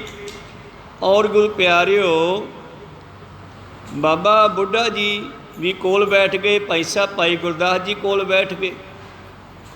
ਗੁਰੂ ਅਰਜਨ ਦੇਵ ਜੀ ਲਈ ਸਪੈਸ਼ਲ ਗਲੀਚਾ ਵਿਛਾਉਣ ਲੱਗੇ। ਗੁਰੂ ਅਰਜਨ ਦੇਵ ਕਹਿੰਦੇ ਨਹੀਂ, ਆਪਾਂ ਇੱਕੋ ਥਾਂ 'ਤੇ ਬੈਠਾਂਗੇ ਦਰੀ 'ਤੇ, ਗਲੀਚਾ ਅਲੱਗ ਨਹੀਂ ਵਿਛਾਉਣਾ। ਤਾਂ ਬੈਠ ਕਰਕੇ ਫਿਰ ਤਾਨਪੁਰਾ ਤੰਬੂਰਾ ਲੈ ਕਰਕੇ ਉਸ ਨੂੰ ਗੁਰੂ ਪਿਆਰਿਓ ਫਿਰ ਗਾਉਣਾ ਸ਼ੁਰੂ ਕੀਤਾ। ਅਤੇ ਇਹ ਸ਼ਬਦ ਜੋ ਆਪਾਂ ਨੇ ਸ਼ੁਰੂ 'ਚ ਆਰੰਭ ਕੀਤਾ, ਸਰਵਣ ਕੀਤਾ, ਜਿਸ ਤਰ੍ਹਾਂ ਸਤਿਗੁਰੂ ਪਾਤਸ਼ਾਹ ਜੀ ਮਹਾਰਾਜ ਸ਼ਬਦ ਗਾਉਂਦੇ ਹਨ। ਗੌੜੀ ਮਹੱਲਾ ਪੰਜਵਾਂ। ਮੋਹਣ ਤੇਰੇ ਉੱਚੇ ਮੰਦਰ ਮਹਿਲ ਅਪਾਰਾ। ਇਸ ਸ਼ਬਦ ਵਿੱਚ ਮੋਹਣ ਨਾਮ ਪਰਮੇਸ਼ਰ ਦਾ ਵੀ ਹੈ ਅਤੇ ਮੋਹਣ ਨਾਮ ਬਾਬਾ ਮੋਹਨ ਜੀ ਦਾ ਵੀ ਆ। ਉਹਨਾਂ ਨੂੰ ਸਮਾਧੀ 'ਚ ਉਠਾਉਣਾ ਹੈ। ਇਸ ਕਰਕੇ ਸ਼ਬਦ ਵਿੱਚ ਵਾਰ-ਵਾਰ ਮੋਹਣ ਸ਼ਬਦ ਨੂੰ ਉਚਾਰਿਆ ਗਿਆ। ਜਿਵੇਂ ਧੰਨ ਗੁਰੂ ਨਾਨਕ ਦੇਵ ਜੀ ਨੇ ਭਾਈ ਲਾਲੋ ਨੂੰ ਸੰਬੋਧਨ ਕਰਦਿਆਂ ਹੋਇਆਂ ਅਹਿਮਨਾਬਾਦ ਵੀ ਸ਼ਬਦ ਉਚਾਰਿਆ ਸੀ, ਜੈਸੀ ਮੈਂ ਆਵੇ ਖਸਮ ਕੀ ਬਾਣੀ ਤੈਸੜਾ ਕਰੀ ਗਿਆਨ ਮੇ ਲਾਲੋ। ਉਸੇ ਤਰ੍ਹਾਂ ਇਸ ਦੇ ਵਿੱਚ ਵੀ ਸਤਿਗੁਰਾਂ ਨੇ ਮੋਹਣ ਸ਼ਬਦ ਉਚਾਰਿਆ। ਮੋਹਣ ਕਹਿੰਦੇ ਹੋਏ ਕਹਿ ਰਹੇ ਹਨ, ਹੇ ਬਾਬਾ ਮੋਹਣ, ਤੇਰੇ ਬੜੇ ਸੋਹਣੇ ਮੰਦਰ ਚੁਬਾਰੇ ਹਨ, ਪਾਰਾਵਾਰ ਬੇਅੰਤ ਹੈ। ਪਰਮੇਸ਼ਰ ਦਾ ਨਾਮ ਰੂਪ ਵਾਲੀ ਜਿਹੜੀਆਂ ਪੋਥੀਆਂ ਹਨ ਉਹ ਵੀ ਇਸ ਘਰ ਵਿੱਚ ਹਨ। ਇਸ ਕਰਕੇ ਜਿੱਥੇ ਬਾਣੀ ਹੈ ਉਹੀ ਮੰਦਰ ਸੋਭਦੇ ਹੈ। ਇਸੇ ਕਰਕੇ ਇਸ ਮੰਦਰ ਨੂੰ ਸੋਹਣਾ ਕਿਹਾ ਗਿਆ ਹੈ। ਪਾਤਸ਼ਾਹ ਜੀ ਦਾ ਬਚਨ ਹੈ, ਜਿੱਥੇ ਨਾਮ ਜਪੀਐ ਮੇਰੇ ਪਿਆਰੇ ਸੇ ਅਸਥਲ ਸੋਹਣ ਚੌਬਾਰੇ। ਜਿੱਥੇ ਨਾਮ ਨਾ ਜਪੀਆ ਮੇਰੇ ਗੋਇੰਦਾ ਸੇਈ ਮਹਿਲ ਉਜਾੜੀ ਜੀਓ।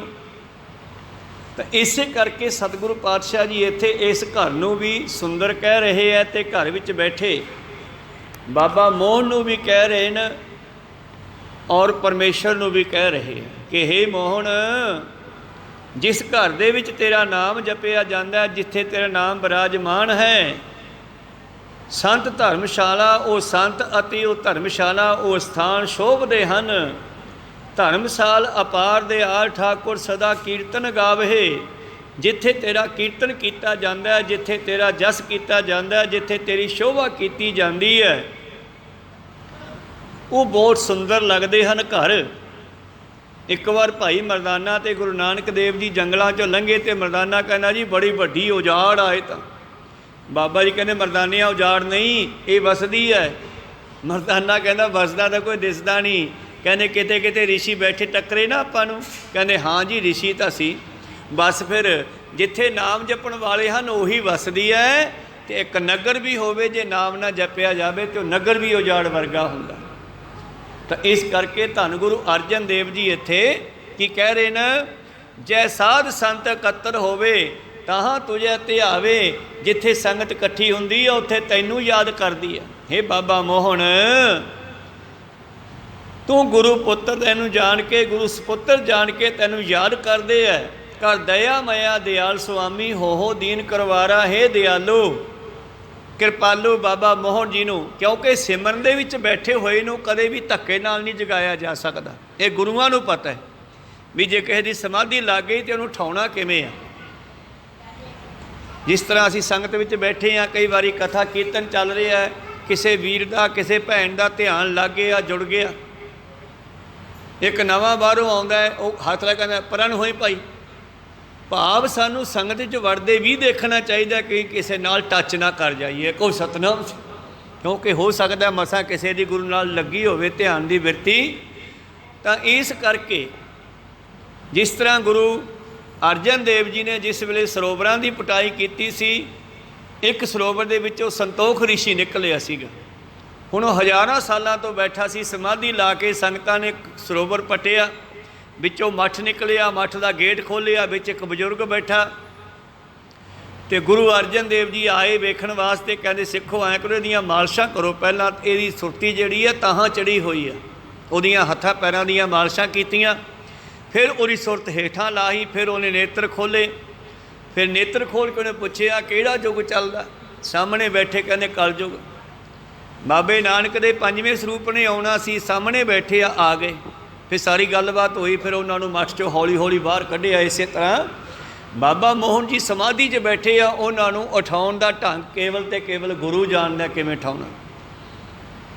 ਉਹਨਾਂ ਦੇ ਕੰਨ ਵਿੱਚ ਆਵਾਜ਼ ਤਾਂ ਪੈ ਰਹੀ ਹੈ ਤੰਬੂਰੇ ਦੀ, ਸਾਜ ਦੀ, ਗੁਰੂ ਦੇ ਬਚਨਾਂ ਦੀ, ਪਰ ਉਹ ਹਜੇ ਧਿਆਨ ਨਹੀਂ ਛੱਡ ਰਹੇ। ਹੋ ਦੀਨ ਕਰਵਾਰਾ ਬਿਨਵੰਤ ਨਾਨਕ ਦਰਸ ਪਿਆਰੇ ਪਿਆਸੇ। ਮਿਲ ਦਰਸ਼ਨ ਸੁਖ ਸਾਰਾ। ਹੈ ਬਾਬਾ ਮੋਹਨ, ਅਸੀਂ ਤੇਰੇ ਦਰਸ਼ਨ ਕਰਨੇ ਚਾਹੁੰਦੇ ਹਾਂ, ਕਿਰਪਾ ਕਰਕੇ ਸਾਨੂੰ ਦਰਸ਼ਨ ਦਿਓ। ਅਤੇ ਜਿਸ ਵੇਲੇ ਇਹ ਆਵਾਜ਼ਾਂ ਹੋਈਆਂ, ਆਵਾਜ਼ ਬਾਬੇ ਮੋਹਨ ਨੇ ਕੰਨਾਂ 'ਚ ਪਈ। ਕਹਿੰਦੇ ਬਾਬੇ ਮੋਹਨ ਨੇ ਬਾਰੀ ਖੋਲ੍ਹੀ ਪਿਛਲੀ ਗਲੀ ਕੰਨੀ ਵਾਲੀ, ਔਰ ਆਵਾਜ਼ ਦਿੱਤੀ ਗਲੀ ਵਿੱਚ ਬੈਠੇ ਹੋਇਆਂ ਨੂੰ। ਕਹਿੰਦੇ ਹੱਥ ਵਿੱਚ ਤੰਬੂਰਾ ਫੜ ਕੇ ਸ਼ਬਦ ਗਾਨ ਕਰਕੇ ਪਰਖਣ ਵਾਸਤੇ ਕਹਿਣ ਲੱਗੇ, ਪਹਿਲਾਂ ਸਾਡੇ ਘਰ 'ਚੋਂ ਤੁਸੀਂ ਗੁਰਿਆਈ ਲੈ ਗਏ ਅਤੇ ਹੁਣ ਬਾਣੀ ਲੈਣ ਆ ਗਏ ਤੁਸੀਂ। ਕਹੋ ਸਤਨਾਮ। ਭਾਵ ਬੜੇ ਕਠੋਰ ਜਿਹੇ ਬਚਨ। ਭਾਵ ਇਹ ਵੀ ਦੱਸਦੇ ਆ ਕਿ ਬਾਬਾ ਮੋਹਨ ਜੀ ਨੇ ਪਰਖਿਆ ਕਿ ਜੋ ਗੁਰੂ ਰਾਮਦਾਸ ਜੀ ਨੇ ਗੁਰਤਾ ਗੱਦੀ ਦਿੱਤੀ ਹੈ, ਉਹਨਾਂ ਦਾ ਇੱਥੇ ਕਿੰਨਾ ਕੁ ਪ੍ਰਭਾਵ ਹੈ ਇਹਨਾਂ ਦੇ ਅੰਦਰ। ਜਿਸ ਵੇਲੇ ਉਹਨਾਂ ਨੇ ਥੋੜ੍ਹੇ ਸਖਤ ਵਚਨ ਕਹੇ ਅਤੇ ਹੁਣ ਤੁਸੀਂ ਮੈਨੂੰ ਸ਼ਬਦਾਂ ਦੇ ਤਰਕਾਂ ਮਾਰਨ ਲੱਗੇ ਹੋ। ਅਤੇ ਗੁਰੂ ਅਰਜਨ ਦੇਵ ਜੀ ਨੇ ਦੂਜਾ ਪੜਾ ਸ਼ੁਰੂ ਕੀਤਾ ਸ਼ਬਦ ਦਾ। ਇਹ ਨਹੀਂ ਕਿਹਾ ਤੁਸੀਂ ਸਖਤ ਬੋਲਦੇ ਹੋ, ਅਸੀਂ ਬਾਣੀ ਲੈਣ ਆਏ ਹਾਂ, ਲੜਾਈ ਨਹੀਂ ਕੀਤੀ। ਕਹਿੰਦੇ ਮੋਹਨ ਤੇਰੇ ਬਚਨ ਅਨੂਪ ਚਾਲ ਨਿਰਾਲੀ, ਤੇਰੇ ਬਚਨ ਬੜੇ ਸੁੰਦਰ ਹੈ, ਤੇਰੇ ਬੋਲਣ ਦਾ ਢੰਗ ਬੜਾ ਸੁੰਦਰ ਹੈ। ਮੋਹਨ ਤੂੰ ਮਾਨੈ ਏਕ ਜੀ ਅਵਰ ਸਭ ਰਾਲੀ। ਹੈ ਮੋਹਨ, ਤੂੰ ਕੇਵਲ ਅਤੇ ਕੇਵਲ ਇੱਕ ਪਰਮੇਸ਼ਰ ਨੂੰ ਮੰਨਦਾ ਹੈ, ਜਾਂ ਇਹ ਗੁਰੂ ਅਮਰਦਾਸ ਨੂੰ ਮੰਨਦਾ। ਮੈਨੂੰ ਪਤਾ ਹੈ ਹੋਰ ਕਿਸੇ ਨੂੰ ਕੁਛ ਨਹੀਂ ਸਮਝਦਾ ਤੂੰ, ਕਿਉਂਕਿ ਉਹ ਗੁਰੂ ਅਮਰਦਾਸ ਜੀ ਨਾਲ ਬਹੁਤ ਪਿਆਰ ਕਰਦੇ ਸਨ, ਔਰ ਉਹਨਾਂ ਦਾ ਬਚਨ ਮੰਨ ਕੇ ਉਹਨਾਂ ਨੇ ਗੁਰੂ ਪਿਆਰਿਓ ਗੁਰਤਾ ਗੱਦੀ ਦੇ ਉੱਤੇ ਭਾਵੇਂ ਉਸ ਵੇਲੇ ਥੋੜ੍ਹਾ ਜਿਹਾ ਤਰਕ ਕੀਤਾ ਸੀਗਾ, ਪਰ ਗੁਰੂ ਅਮਰਦਾਸ ਮਹਾਰਾਜ ਜੀ ਨੇ ਗੁਰਤਾ ਗੱਦੀ ਤਾਂ ਫਿਰ ਉਸੇ ਦੇਣੀ ਜਿਹੜਾ ਇਸ ਨੂੰ ਅੱਗੇ ਚਲਾ ਸਕੇ। ਉਸ ਵੇਲੇ ਭਾਈ ਮੋਹਰੀ ਜੀ ਨੇ ਨਮਸਕਾਰ ਕੀਤੀ ਸੀ, ਬਾਬੇ ਮੋਹਨ ਨੇ ਨਹੀਂ ਸੀ ਕੀਤੀ। ਖੈਰ ਮਾਨੈ ਏਕ जी अवर सब राली होर सब नूं तू कुछ नहीं समझदा, मन है एक अलेख ठाकर, तू एक परमेश्वर नूं मनदा है, होर तू किसी नूं मनदा नहीं। मन है एक अलेख ठाकुर, जिन्हें सब कल धारिया, तुद बचन गुर कै वस किया, आद पुरख बनवारिया। बाबा मोहन तू गुरुआं दे वचन ਜਿਹੜੇ ਹਨ ਉਹਨਾਂ ਨੂੰ ਵਸ ਕਰ ਲਿਆ, ਭਾਵ ਤੂੰ ਗੁਰੂ ਨੂੰ ਵਸ ਕਰ ਲਿਆ। ਪ੍ਰੇਮ ਦੇ ਵਜੇ ਵਸ ਹੁੰਦੇ ਆ ਗੁਰੂ, ਮੇਰੀ ਬਾਂਦੀ ਭਗਤ ਛਡਾਵੇ, ਬਾਂਧੇ ਭਗਤ ਨਾ ਛੂਟੈ ਮੋਹੇ। हे ਬਾਬਾ ਮੋਹਨ ਤੂੰ ਆਪ ਚੱਲੇ ਆਪ ਰਹੇ, ਆਪ ਸਭ ਕਲ ਧਾਰੀ ਆ, ਤੇਰੇ ਵੀ ਸਾਰੀਆਂ ਸ਼ਕਤੀਆਂ ਹਨ। ਬਿਨਵੰਤ ਨਾਨਕ ਪੈਜ ਰੱਖੋ ਸਭ ਸੇਵਕ ਸ਼ਰਨ ਤੁਮਾਰੀਆਂ, ਅਸੀਂ ਤੁਹਾਡੀ ਸ਼ਰਨ ਵਿੱਚ ਆਏ ਆ। ਇਹ ਨਾਨਕ ਪੰਜਵਾਂ ਨਾਨਕ ਗੁਰੂ ਅਰਜਨ ਦੇ ਬੇਨਤੀ ਕਰਦਾ ਹੈ ਨਿਮਰਤਾ ਸਹਿਤ। ਮੋਹਨ ਤੁਰ ਸਤਸੰਗ ਧਿਆਵੇ ਦਰਸ ਧਿਆਨਾ, ਦੇਖ ਸਾਰੀ ਸੰਗਤ ਤੇਰੇ ਦਰਸ਼ਨਾਂ ਨੂੰ ਤਰਸ ਰਹੀ ਹੈ। ਆ ਕੇ ਦਰਸ਼ਨ ਦਿਓ ਥੱਲੇ ਆ ਕੇ। ਬਾਬਾ ਮੋਹਨ ਜੀ ਕਿਵੇਂ ਵੀ ਬੋਲੀ ਜਾਂਦੇ ਆ, ਪਰ ਗੁਰੂ ਅਰਜਨ ਦੇਵ ਜੀ ਇਹ ਸ਼ਬਦ ਰਾਹੀਂ ਉਹਨਾਂ ਨੂੰ ਸਲਾਹੀ ਜਾਂਦੇ ਆ। ਤੇਰੇ ਦਰਸ਼ਨਾਂ ਵਿੱਚ ਬੜੀ ਤਾਕਤ ਹੈ। ਮੋਹਨ ਜਬ ਨੇੜ ਨਾ ਆਵੇ ਤੁਰ ਜਪੇ ਨਿਦਾਨਾ, ਜਿਹੜੇ ਹੈ ਮੋਹਨ ਤੈਨੂੰ ਜਪਦੇ ਆ। ਇਹ ਡਬਲ ਅਰਥ ਹੈ, ਬਾਣੀ ਦੇ ਡਬਲ ਅਰਥ ਹੁੰਦੇ ਨੇ। ਪਰਮੇਸ਼ਰ ਦੇ ਵੀ ਅਰਥ ਹੈ ਅਤੇ ਬਾਬੇ ਮੋਹਨ ਦੇ ਨਾਲ ਵੀ ਇਹ ਗੱਲਬਾਤ ਹੋਈ ਹੈ। ਉੱਥੇ ਸ਼ਬਦ ਉਚਾਰਨ ਕੀਤਾ, ਇਹਦੀ ਉਥਾਨਕਾ ਇਹੀ ਹੈ ਕਿ ਸ਼ਬਦ ਉੱਥੇ ਉਚਾਰਿਆ ਗਿਆ। ਜਮਕਾਲ ਤਿਨ ਕੋ ਲੱਗੈ ਨਾਹੀ, ਜੋ ਇੱਕ ਮਨ ਧਿਆਵੇ। ਹੇ ਬਾਬਾ ਮੋਹਨ ਜਿਹੜੇ ਤੈਨੂੰ ਜਪਦੇ ਹਨ, ਹੇ ਪਰਮੇਸ਼ਰ ਜੋ ਅੰਤਸ਼ਕਰਨ ਕਰਕੇ ਮਨ ਬਚਨ ਕਰਮ ਕਰਕੇ ਤੈਨੂੰ ਜਪਦੇ ਹਨ, ਉਹਨਾਂ ਦੇ ਜਮਦੂਤ ਨੇੜੇ ਨਹੀਂ ਆ ਸਕਦੇ। ਮਲ ਮੂਤ ਮੂੜ ਜੇ ਮੁਗਧ ਹੋਤੇ ਸੇ ਦੇਖ ਦਰ ਸੁਗਿਆਨਾ, ਮੂਰਖਾਂ ਤੋਂ ਮੂਰਖ ਵੀ ਤੇਰਾ ਦਰਸ਼ਨ ਕਰਕੇ ਗਿਆਨੀ ਬਣ ਜਾਂਦੇ ਆ, ਬ੍ਰਹਮ ਗਿਆਨੀ ਬਣ ਜਾਂਦੇ ਆ। ਤੇਰੀ ਕਿੰਨੀ ਕਿਰਪਾ ਹੈ। ਬਿਨਵੰਤ ਨਾਨਕ ਰਾਜ ਨਿਚਲ ਪੂਰਨ ਪੁਰਖ ਭਗਵਾਨਾ, ਹੈ ਮੋਹਨ ਤੇਰਾ ਰਾਜ ਸਦਾ ਹੈ। ਇਹ ਸ਼ਬਦ ਇੱਥੇ ਪਰਮੇਸ਼ਰ ਨੂੰ ਵੀ ਸੰਬੋਧਨ ਕਰਦੇ ਹਨ ਕਿ ਤੁਸੀਂ ਤਾਂ ਪਰਮਾਤਮਾ ਸਰੂਪ ਹੋ ਗਏ ਹੋ। ਹਰ ਕਾ ਸੇਵਕ ਸੋ ਹਰ ਜੇਹਾ, ਭੇਦ ਨ ਜਾਣੋ ਮਾਨਸ ਦੇਹਾ, ਤੁਸੀਂ ਉਹਦੇ ਵਿੱਚ ਮਿਲ ਗਏ ਹੋ। ਤਾਂ ਉਸ ਵੇਲੇ ਜਦੋਂ ਗੁਰੂ ਜੀ ਨੇ ਤੀਜੀ ਪੌੜੀ ਸੰਪੂਰਨ ਕੀਤੀ, ਬਾਬਾ ਮੋਹਨ ਜੀ ਕਹਿੰਦੇ ਪੋਥੀਆਂ ਲੈ ਕੇ ਚੁਬਾਰੇ 'ਚੋਂ ਉਤਰ ਕੇ ਥੱਲੇ ਸੰਗਤ ਵਿੱਚ ਆ ਗਏ।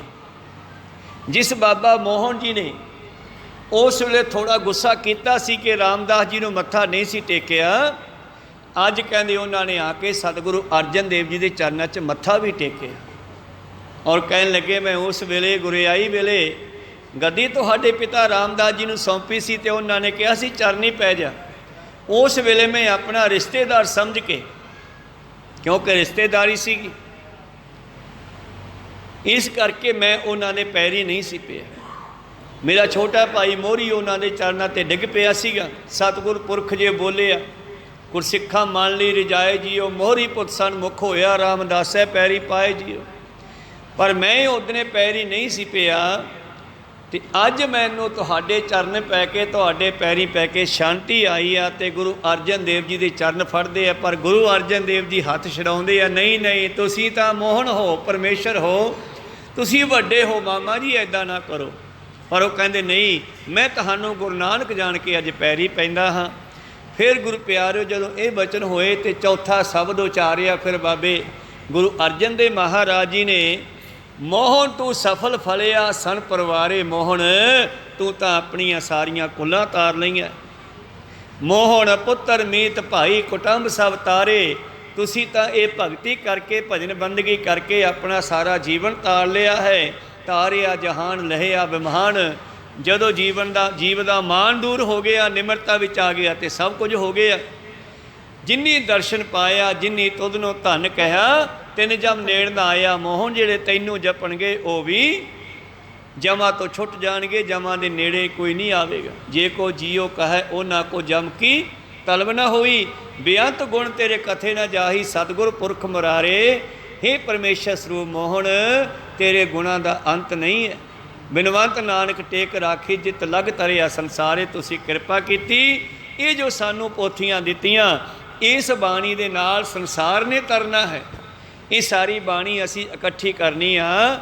ਤਾਂ ਇਸ ਤਰ੍ਹਾਂ ਸਤਿਗੁਰੂ ਅਰਜਨ ਦੇਵ ਮਹਾਰਾਜ ਜੀ ਉਹ ਬਾਣੀ ਲੈ ਕਰਕੇ ਸਾਰੀ ਵਾਪਸ ਜਿਹੜਾ ਹੈ ਗੁਰੂ ਪਿਆਰਿਓ ਸ੍ਰੀ ਅੰਮ੍ਰਿਤਸਰ ਸਾਹਿਬ ਪਹੁੰਚੇ। ਕਿਸ ਤਰ੍ਹਾਂ ਲਿਆਂਦੀ ਬਾਣੀ? ਬੜੇ ਸਤਿਕਾਰ ਦੇ ਨਾਲ ਇੱਕ ਪਾਲਕੀ ਤਿਆਰ ਕਰਵਾਈ ਗਈ, ਔਰ ਉਸ ਪਾਲਕੀ ਨੂੰ 4 ਸਿੱਖਾਂ ਦੇ ਮੋਢਿਆਂ 'ਤੇ ਰੱਖ ਕੇ ਉਹਨਾਂ ਦੇ ਵਿੱਚ ਚਾਰੇ ਪੋਥੀਆਂ ਬਿਰਾਜਮਾਨ ਕਰਕੇ ਸ੍ਰੀ ਅੰਮ੍ਰਿਤਸਰ ਸਾਹਿਬ ਲਿਆਂਦੀ, ਜਿੱਥੇ ਬੀਬੀ ਰਜਨੀ ਦਾ ਪੌਣਾ ਹੈ। ਬੀਬੀ ਰਜਨੀ ਦੀ ਬੇਰੀ ਹੈ, ਨਾਲ ਬੀਬੀਆਂ ਦਾ ਪੌਣਾ ਇਸ਼ਨਾਨ ਕਰਨ ਵਾਲਾ। ਉਹਦੇ ਨਾਲ ਇੱਕ ਥੜਾ ਹੈ, ਉੱਥੇ ਬੋਰਡ 'ਤੇ ਲੱਗਿਆ ਹੋਇਆ ਬਕਾਇਦਾ ਲਿਖ ਕੇ ਬਈ ਜਦ ਪੋਥੀ ਸਾਹਿਬਾਨ ਗੋਇੰਦਵਾਲ ਸਾਹਿਬ ਤੋਂ ਆਏ ਤੇ ਇੱਥੇ ਉਹਨਾਂ ਨੂੰ ਜਿਹੜਾ ਹੈ ਬਿਰਾਜਮਾਨ ਕੀਤਾ ਗਿਆ। ਸਾਰੀ ਰਾਤ ਸੰਗਤ ਨੇ ਉੱਥੇ ਬੈਠ ਕੇ ਕੀਰਤਨ ਕੀਤਾ। ਦੂਸਰੇ ਦਿਨ ਧੰਨ ਧੰਨ ਸ੍ਰੀ ਗੁਰੂ ਅਰਜਨ ਦੇਵ ਮਹਾਰਾਜ ਜੀ ਨੇ ਦੀਵਾਨ ਸਜਾਇਆ। ਫਿਰ ਸਲਾਹ ਮਸ਼ਵਰਾ ਹੋਇਆ ਵੀ ਹੁਣ ਇਸ ਬਾਣੀ ਨੂੰ ਆਪਾਂ ਕਿੱਥੇ ਬੈਠ ਕੇ ਲਿਖੀਏ। ਉਸ ਵੇਲੇ ਸਾਰੇ ਆਸੇ-ਪਾਸੇ ਜੰਗਲ ਸੀਗਾ, ਜਿਸ ਤਰ੍ਹਾਂ ਪ੍ਰੈਸ ਲੱਗੀ ਹੈ ਜਿੱਥੇ, ਉੱਥੇ ਜੰਗਲ ਸੀਗਾ ਬਹੁਤ ਸੰਘਣਾ, ਬੇਰੀਆਂ ਦਾ ਜੰਗਲ ਅਤੇ ਹੋਰ ਬਹੁਤ ਕੁਝ ਸੀਗਾ। ਰਮਣੀਕ ਥਾਂ ਸੀ। ਉੱਥੇ ਇੱਕ ਛੋਟੀ ਜਿਹੀ ਛੱਪੜੀ ਵੀ ਸੀ, ਉਹਨੂੰ ਤਲਾਈ ਕਹਿੰਦੇ ਸੀ, ਰਾਮ ਤਲਾਈ। ਤਾਂ ਸੰਗਤਾਂ ਨੇ ਸਾਰੇ ਪਾਸੇ ਖੋਜਬੀਨ ਕਰਕੇ ਧੰਨ ਗੁਰੂ ਅਰਜਨ ਦੇਵ ਜੀ ਨੂੰ ਉਹ ਜਗ੍ਹਾ ਵਧੀਆ ਲੱਗੀ। ਕਹਿੰਦੀ ਹੈ ਤਲਾਈ ਸਾਫ਼ ਕਰੋ, ਇਹ 'ਚੋਂ ਇਹ ਪੁਰਾਣਾ ਪਾਣੀ ਕੱਢ ਕੇ ਨਵਾਂ ਪਾਣੀ ਪਾਓ ਵਿੱਚ। ਉਹਨੂੰ ਸਾਫ਼ ਕੀਤਾ ਗਿਆ, ਗਾਰ ਕੰਡਾ ਸਭ ਚੱਕ ਕੇ ਉਹਦੇ ਵਿੱਚੋਂ ਨਵਾਂ ਪਾਣੀ ਪਾ ਕੇ ਫਿਰ ਉੱਥੇ ਤੰਬੂ ਲਾਏ ਗਏ। ਤੰਬੂ ਲਾ ਕਰਕੇ ਉਸ ਜਗ੍ਹਾ ਦੇ ਉੱਤੇ ਭਾਈ ਸਾਹਿਬ, ਭਾਈ ਗੁਰਦਾਸ ਜੀ, ਭਾਈ ਮਨੀ ਸਿੰਘ, ਇਹਨਾਂ ਨੂੰ ਲੈ ਕਰਕੇ, ਆਪਣਾ ਭਾਈ ਗੁਰਦਾਸ ਜੀ ਨੂੰ ਲੈ ਕਰਕੇ ਅਤੇ ਹੋਰ ਨਾਲ ਸਹਾਇਕ ਲੈ ਕਰਕੇ ਗੁਰੂ ਪਿਆਰਿਓ ਸਤਿਗੁਰੂ ਅਰਜਨ ਦੇਵ ਜੀ ਨੇ ਭਾਈ ਗੁਰਦਾਸ ਜੀ ਨੂੰ ਲਿਖਣ ਦਾ ਹੁਕਮ ਦਿੱਤਾ ਅਤੇ ਸਤਿਗੁਰੂ ਅਰਜਨ ਦੇਵ ਜੀ ਉਚਾਰਨ ਕਰਕੇ ਲਿਖਾਉਂਦੇ ਰਹੇ। ਇਸ ਤਰ੍ਹਾਂ ਸਾਰੀ ਬਾਣੀ ਰੋਜ਼ਾਨਾ ਲਿਖੀ ਜਾਂਦੀ ਹੈ ਸ਼ਾਮ ਤੱਕ। ਔਰ ਗੁਰੂ ਪਿਆਰਿਓ ਉਸ ਤੋਂ ਬਾਅਦ ਗੁਰੂ ਅਰਜਨ ਦੇਵ ਜੀ ਆਰਾਮ ਕਰਦੇ ਆ। ਇੱਧਰ ਸੰਗਤ ਜਿਹੜੀ ਆਉਂਦੀ ਸੀ ਉਹਨਾਂ ਨੂੰ ਉੱਥੇ ਜਾਣ ਤੋਂ ਰੋਕਣ ਲਈ ਬਾਬਾ ਬੁੱਢਾ ਜੀ ਦੀ ਡਿਊਟੀ ਲਾਈ ਵੀ ਤੁਸੀਂ ਦਰਬਾਰ ਸਾਹਿਬ ਦੇ ਵਿੱਚ ਬੈਠਣਾ ਹੈ, ਸੰਗਤ ਨੂੰ ਇੱਥੇ ਰੋਕਣਾ, ਕੋਈ ਉੱਧਰ ਨਾ ਆਵੇ। ਇਸ ਤਰ੍ਹਾਂ ਰੋਜ਼ਾਨਾ ਬਾਣੀ ਲਿਖੀ ਜਾਂਦੀ ਰਹੀ। ਸੰਪੂਰਨਤਾ ਹੋਈ, ਬੀੜ ਬੰਨੀ ਗਈ, ਭਾਵ ਇੱਕ ਜਿਲਦ ਬੰਨੀ ਗਈ। ਵਿਚਾਲੇ ਜੇ ਭਾਈ ਸਾਹਿਬ, ਭਾਈ ਗੁਰਦਾਸ ਜੀ ਪੁੱਛਦੇ ਆ, ਮਹਾਰਾਜ ਬਾਕੀ ਬਾਣੀ ਤਾਂ ਠੀਕ ਹੈ, ਗੁਰੂਆਂ ਦੀ ਹੈ, ਕੁਝ ਤੁਸੀਂ ਉਚਾਰਨ ਕਰ ਰਹੇ ਹੋ, ਅੱਜ ਵੀ ਤੁਹਾਡੇ ਤੋਂ ਬਾਅਦ ਭਗਤਾਂ ਦੀ ਬਾਣੀ ਹੈ, ਇਹ ਬਾਣੀ ਕਿੱਥੋਂ ਆਈ ਤੁਹਾਡੇ ਕੋਲ? ਸਤਿਗੁਰੂ ਅਰਜਨ ਦੇਵ ਜੀ ਕਹਿੰਦੇ ਸਾਡੇ ਕੋਲ ਭਗਤ ਆਏ, ਉਹ ਆਉਂਦੇ ਆ ਰੋਜ਼ਾਨਾ, ਉਹ ਆਪਣੀ ਬਾਣੀ ਲਿਖਵਾ ਕੇ ਜਾਂਦੇ ਹੈ। ਅਤੇ ਭਾਈ ਗੁਰਦਾਸ ਜੀ ਕਹਿੰਦੇ ਸਾਨੂੰ ਦਰਸ਼ਨ ਤਾਂ ਕਰਵਾਓ ਕਦੇ। ਕਹਿਣ ਲੱਗੇ ਠੀਕ ਹੈ, ਤੁਹਾਨੂੰ ਦਰਸ਼ਨ ਕਰਵਾ ਦਿਆਂਗੇ, ਕੱਲ੍ਹ ਨੂੰ ਥੋੜ੍ਹਾ ਸਮਾਂ ਪਹਿਲਾਂ ਆ ਜਾਈ। ਅਤੇ ਕਹਿੰਦੇ ਥੋੜ੍ਹਾ ਸਮਾਂ ਪਹਿਲਾਂ ਭਾਈ ਗੁਰਦਾਸ ਜੀ ਆਏ ਅਤੇ ਉਹਨਾਂ ਨੇ ਉਸ ਵੇਲੇ ਉਸ ਤੰਬੂ ਦੇ ਵਿੱਚੋਂ ਕੁਝ ਰੂਹਾਂ ਨੂੰ ਉਸ ਤਰ੍ਹਾਂ ਜਾਂਦੇ ਹੋਏ ਦੇਖਿਆ। ਵਾਕਿਆ ਕੋਈ ਭਗਤ ਆ ਕੇ ਲਿਖਾਉਂਦੇ। ਇਸੇ ਤਰ੍ਹਾਂ ਭੱਟ ਇਹ ਪਰਮੇਸ਼ਰ ਦੀ ਸਿਫਤ ਕਰਦੇ ਸੀ, ਇਹ ਗੁਰੂ ਲੱਭਦੇ ਫਿਰਦੇ ਸੀ। 11 ਭੱਟ, ਇਹਨਾਂ ਨੂੰ ਗੁਰੂ ਨਹੀਂ ਸੀ ਮਿਲਿਆ। ਕਿਸੇ ਨੇ ਦੱਸ ਪਾਈ ਅਤੇ ਚਲਦੇ ਚਲਦੇ ਇਹਨਾਂ ਨੂੰ ਕਿਹਾ ਕਿ ਮਾਝੇ ਦੇ ਵਿੱਚ ਗੁਰੂ ਅਰਜਨ ਦੇਵ ਜੀ ਮਹਾਰਾਜ ਹਨ, ਉਹਨਾਂ ਦੇ ਕੋਲ ਜਾਓ। ਅਤੇ ਜਦ ਗੁਰੂ ਅਰਜਨ ਦੇਵ ਜੀ ਕੋਲ ਆਏ, ਉਹਨਾਂ ਕੋਲ ਆ ਕੇ ਬੇਨਤੀ ਕੀਤੀ ਸਾਨੂੰ ਵੀ ਆਪਣੇ ਚਰਨੀ ਲਾਓ ਜੀ, ਪਰਮੇਸ਼ਰ ਵਿੱਚ ਮਿਲਾਉਣਾ ਕਰੋ। ਤਾਂ ਸਤਿਗੁਰੂ ਅਰਜਨ ਦੇਵ ਜੀ ਜਾਂ ਪਰਮੇਸ਼ਰ ਦੇ ਪਿਆਰੇ ਸਾਹਿਬ ਨੂੰ ਇਹੀ ਕਹਿੰਦੇ ਆ ਕਿ ਭਾਈ ਗੁਰੂ ਦੀ ਪਰਮੇਸ਼ਰ ਦੀ ਸਿਫਤ ਕਰੋ, ਉਹਦੇ ਵਿੱਚ ਮਿਲ ਜਾਓਗੇ। ਜਦ ਇਹਨਾਂ ਨੇ ਵੀ ਬੇਨਤੀ ਕੀਤੀ ਤਾਂ ਉਸ ਵੇਲੇ ਸਤਿਗੁਰੂ ਅਰਜਨ ਦੇਵ ਮਹਾਰਾਜ ਜੀ ਕਹਿੰਦੇ ਭਾਈ ਪਰਮੇਸ਼ਰ ਦੀ ਸਿਫਤ ਕਰੋ, ਵਿੱਚ ਮਿਲਾ ਲੈਣਗੇ। ਇਹਨਾਂ ਨੇ ਕਿਹਾ ਸਾਨੂੰ ਸਿਫਤ ਨਹੀਂ ਕਰਨੀ ਆਉਂਦੀ, ਕਿਵੇਂ ਕਰੀਏ? ਤਾਂ ਗੁਰੂ ਅਰਜਨ ਦੇਵ ਜੀ ਨੇ ਫਿਰ ਸਵਈਆਂ ਦੀ ਰਚਨਾ ਕੀਤੀ। ਪਹਿਲਾਂ ਗੁਰੂ ਨਾਨਕ ਦੇਵ ਜੀ 4 ਸਵਈਏ ਜਿਹੜੇ ਸਨ ਉਹ ਉਚਾਰਨ ਕੀਤੇ। ਫਿਰ ਅਗਲੇ ਗੁਰੂਆਂ ਨੇ ਫਿਰ ਆਪਣੇ ਸਵਈਏ ਉਚਾਰਨ ਕਰਕੇ ਕਿਹਾ ਕਿ ਇੱਦਾਂ ਉਚਾਰੋ। ਫਿਰ ਇਹਨਾਂ ਭੱਟਾਂ ਨੂੰ ਵੀ ਜਾਚ ਆਈ ਅਤੇ ਕਿਰਪਾ ਕੀਤੀ, ਬਖਸ਼ਿਸ਼ ਕੀਤੀ, ਇਹਨਾਂ ਨੇ ਵੀ ਬਾਣੀ ਉਚਾਰੀ। ਜਿਵੇਂ ਭੱਟਾਂ ਦੇ ਮੁਖੀ ਬ੍ਰਹਮਾ ਦਾ ਇੱਕ ਸਵਈਆ ਹੈ, ਬਰਸ ਏਕ ਹੋ ਫਿਰਿਓ ਕਿਨੇ ਨੋ ਪਰਚੋਂ ਲਾਇਓ, ਕਹਿਤਿਆਂ ਕਹਿਤੀ ਸੁਣੀ ਰਹਿਤ ਕੋ ਖੁਸ਼ੀ ਨਾ ਆਇਓ। ਅੱਜ ਤੱਕ ਬੜੇ ਮੈਨੂੰ ਮਿਲੇ ਗੁਰੂ ਸਾਨੂੰ, ਪਰ ਕਿਸੇ ਨੇ ਸਾਡੀ ਤਸੱਲੀ ਨਹੀਂ ਕਰਾਈ ਜੈਸੀ ਗੁਰੂ ਅਰਜਨ ਦੇਵ ਜੀ ਕੋਲ ਆ ਕੇ ਹੋਈ। ਫਿਰ ਉਹਨਾਂ ਭੱਟਾਂ ਦੀ ਰਚੀ ਹੋਈ ਬਾਣੀ ਵੀ ਸਤਿਗੁਰਾਂ ਨੇ ਗੁਰਬਾਣੀ ਵਿੱਚ ਦਰਜ ਕੀਤੀ, ਉਹਨਾਂ ਨੂੰ ਵੀ ਅਮਰ ਕਰ ਦਿੱਤਾ। ਅੱਜ ਵੀ ਉਹ ਰੀਤ ਗੁਰੂ ਗ੍ਰੰਥ ਸਾਹਿਬ ਜੀ ਦਾ ਪ੍ਰਕਾਸ਼ ਕਰਨ ਵੇਲੇ ਜੋ ਸ੍ਰੀ ਹਰਿਮੰਦਰ ਸਾਹਿਬ ਚੱਲਦੀ ਹੈ, ਅੰਮ੍ਰਿਤ ਵੇਲੇ ਗੁਰਸਿੱਖ ਵਾਰੀ ਵਾਰੀ ਉਹਨਾਂ ਭੱਟਾਂ ਦੇ ਸਵਈਆਂ ਨੂੰ ਉਚਾਰਨ ਕਰਕੇ ਸੰਗਤਾਂ ਨੂੰ ਜੋੜਦੇ ਹਨ। ਔਰ ਫਿਰ ਹੁਕਮਨਾਮਾ ਹੁੰਦਾ ਜਦ ਪ੍ਰਕਾਸ਼ ਹੋ ਜਾਂਦਾ ਬਾਣੀ ਦਾ, ਤਾਂ ਗੁਰੂ ਪਿਆਰੋ ਖੈਰ ਗ੍ਰੰਥ ਸਾਹਿਬ ਜੀ ਦੀ ਸੰਪੂਰਨਤਾ ਹੋਈ। ਉਸ ਤੋਂ ਬਾਅਦ ਸਤਿਗੁਰਾਂ ਨੇ ਸੰਗਤਾਂ ਨੂੰ ਉੱਥੇ ਬੁਲਾਇਆ ਤੰਬੂ ਦੇ ਕੋਲ। ਬਾਬਾ ਬੁੱਢਾ ਜੀ, ਭਾਈ ਸਾਹਿਬ, ਭਾਈ ਗੁਰਦਾਸ ਜੀ, ਹੋਰ ਸਿਆਣੇ ਸਿੱਖਾਂ ਨੂੰ ਹੁਕਮ ਹੋਇਆ ਕਿ ਹੁਣ ਦੱਸੋ ਮਹਾਰਾਜ ਜੀ ਦਾ ਸਰੂਪ ਜਿਹੜਾ ਹੈ ਹੁਣੇ ਲੈ ਕਰਕੇ ਆਪਾਂ ਹਰਿਮੰਦਰ ਸਾਹਿਬ ਚੱਲਣਾ। ਹਰਿਮੰਦਰ ਸਾਹਿਬ ਪਹਿਲਾਂ ਤਿਆਰ ਹੋ ਗਿਆ ਸੀ, ਸਾਰੀ ਤਿਆਰੀ ਉੱਥੇ ਹੋ ਗਈ ਸੀ। ਉੱਥੇ ਸੰਗਤ ਨਮਸਕਾਰ ਕਰਦੀ ਸੀ। ਗੁਰੂ ਅਰਜਨ ਦੇਵ ਪਹਿਲਾਂ ਉੱਥੇ ਬੈਠ ਕੇ ਗੁਰੂ ਪਿਆਰੇ ਸੰਗਤਾਂ ਨੂੰ ਸੰਬੋਧਨ ਕਰਦੇ ਸਨ, ਦੀਵਾਨ ਸਜਾਉਂਦੇ ਸਨ। ਉਸ ਤੋਂ ਬਾਅਦ ਬਾਬਾ ਬੁੱਢਾ ਜੀ ਉੱਥੇ ਡਿਊਟੀ ਵਜਾਉਣ ਲੱਗੇ ਅਤੇ ਅੱਜ ਉੱਥੇ ਸਾਰੀਆਂ ਵਿਛਾਈਆਂ, ਮੰਜੀ ਸਾਹਿਬ ਵਗੈਰਾ ਸਭ ਕੁਝ ਲਗਾ ਕਰਕੇ ਪਹਿਲਾਂ ਤਿਆਰੀ ਕੀਤੀ ਗਈ ਅਤੇ ਫਿਰ ਸ੍ਰੀ ਗੁਰੂ ਗ੍ਰੰਥ ਸਾਹਿਬ ਮਹਾਰਾਜ ਜੀ ਦਾ ਪਵਿੱਤਰ ਸਰੂਪ ਬਾਬਾ ਬੁੱਢਾ ਜੀ ਦੇ ਸੀਸ ਉੱਪਰ ਬਿਰਾਜਮਾਨ ਕੀਤਾ। ਤਾਂ ਸਤਿਗੁਰੂ ਅਰਜਨ ਦੇਵ ਜੀ ਕਹਿਣ ਲੱਗੇ, ਮੈਂ 2 ਗੁਰੂਆਂ ਦੇ ਦਰਸ਼ਨ ਕੀਤੇ ਆ, ਬਾਬੇ ਬੁੱਢੇ ਨੇ 5 ਦੇ ਦਰਸ਼ਨ ਕੀਤੇ ਆ, ਇਸ ਕਰਕੇ ਆਓ ਸਵਾਰਾ ਇਹਨਾਂ ਦੇ ਸਰੀਰ 'ਤੇ ਸਰੂਪ 'ਤੇ ਜਾਵੇਗਾ। ਤਾਂ ਉਹਨਾਂ ਦੇ ਸੀਸ ਦੇ ਉੱਪਰ ਗੁਰੂ ਪਿਆਰਿਓ ਸਰੂਪ ਬਿਰਾਜਮਾਨ ਕਰਕੇ ਹਰਿਮੰਦਰ ਸਾਹਿਬ ਲੈ ਕੇ ਆਏ। ਬਾਬਾ ਬੁੱਢਾ ਜੀ ਗ੍ਰੰਥ ਸਾਹਿਬ ਜੀ ਦਾ ਸਰੂਪ ਬਿਰਾਜਮਾਨ ਕੀਤਾ ਮੰਜੀ ਸਾਹਿਬ 'ਤੇ।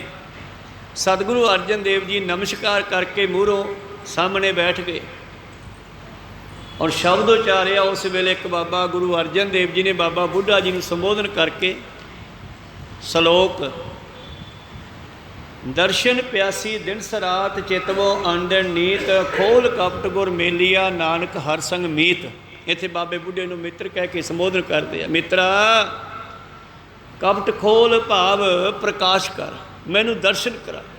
ਬਾਬਾ ਬੁੱਢਾ ਕਹਿੰਦੇ ਹਲੇ ਦਰਸ਼ਨ ਕੀਤੇ ਨਹੀਂ ਤੁਸੀਂ? ਕਹਿੰਦੇ ਨਹੀਂ।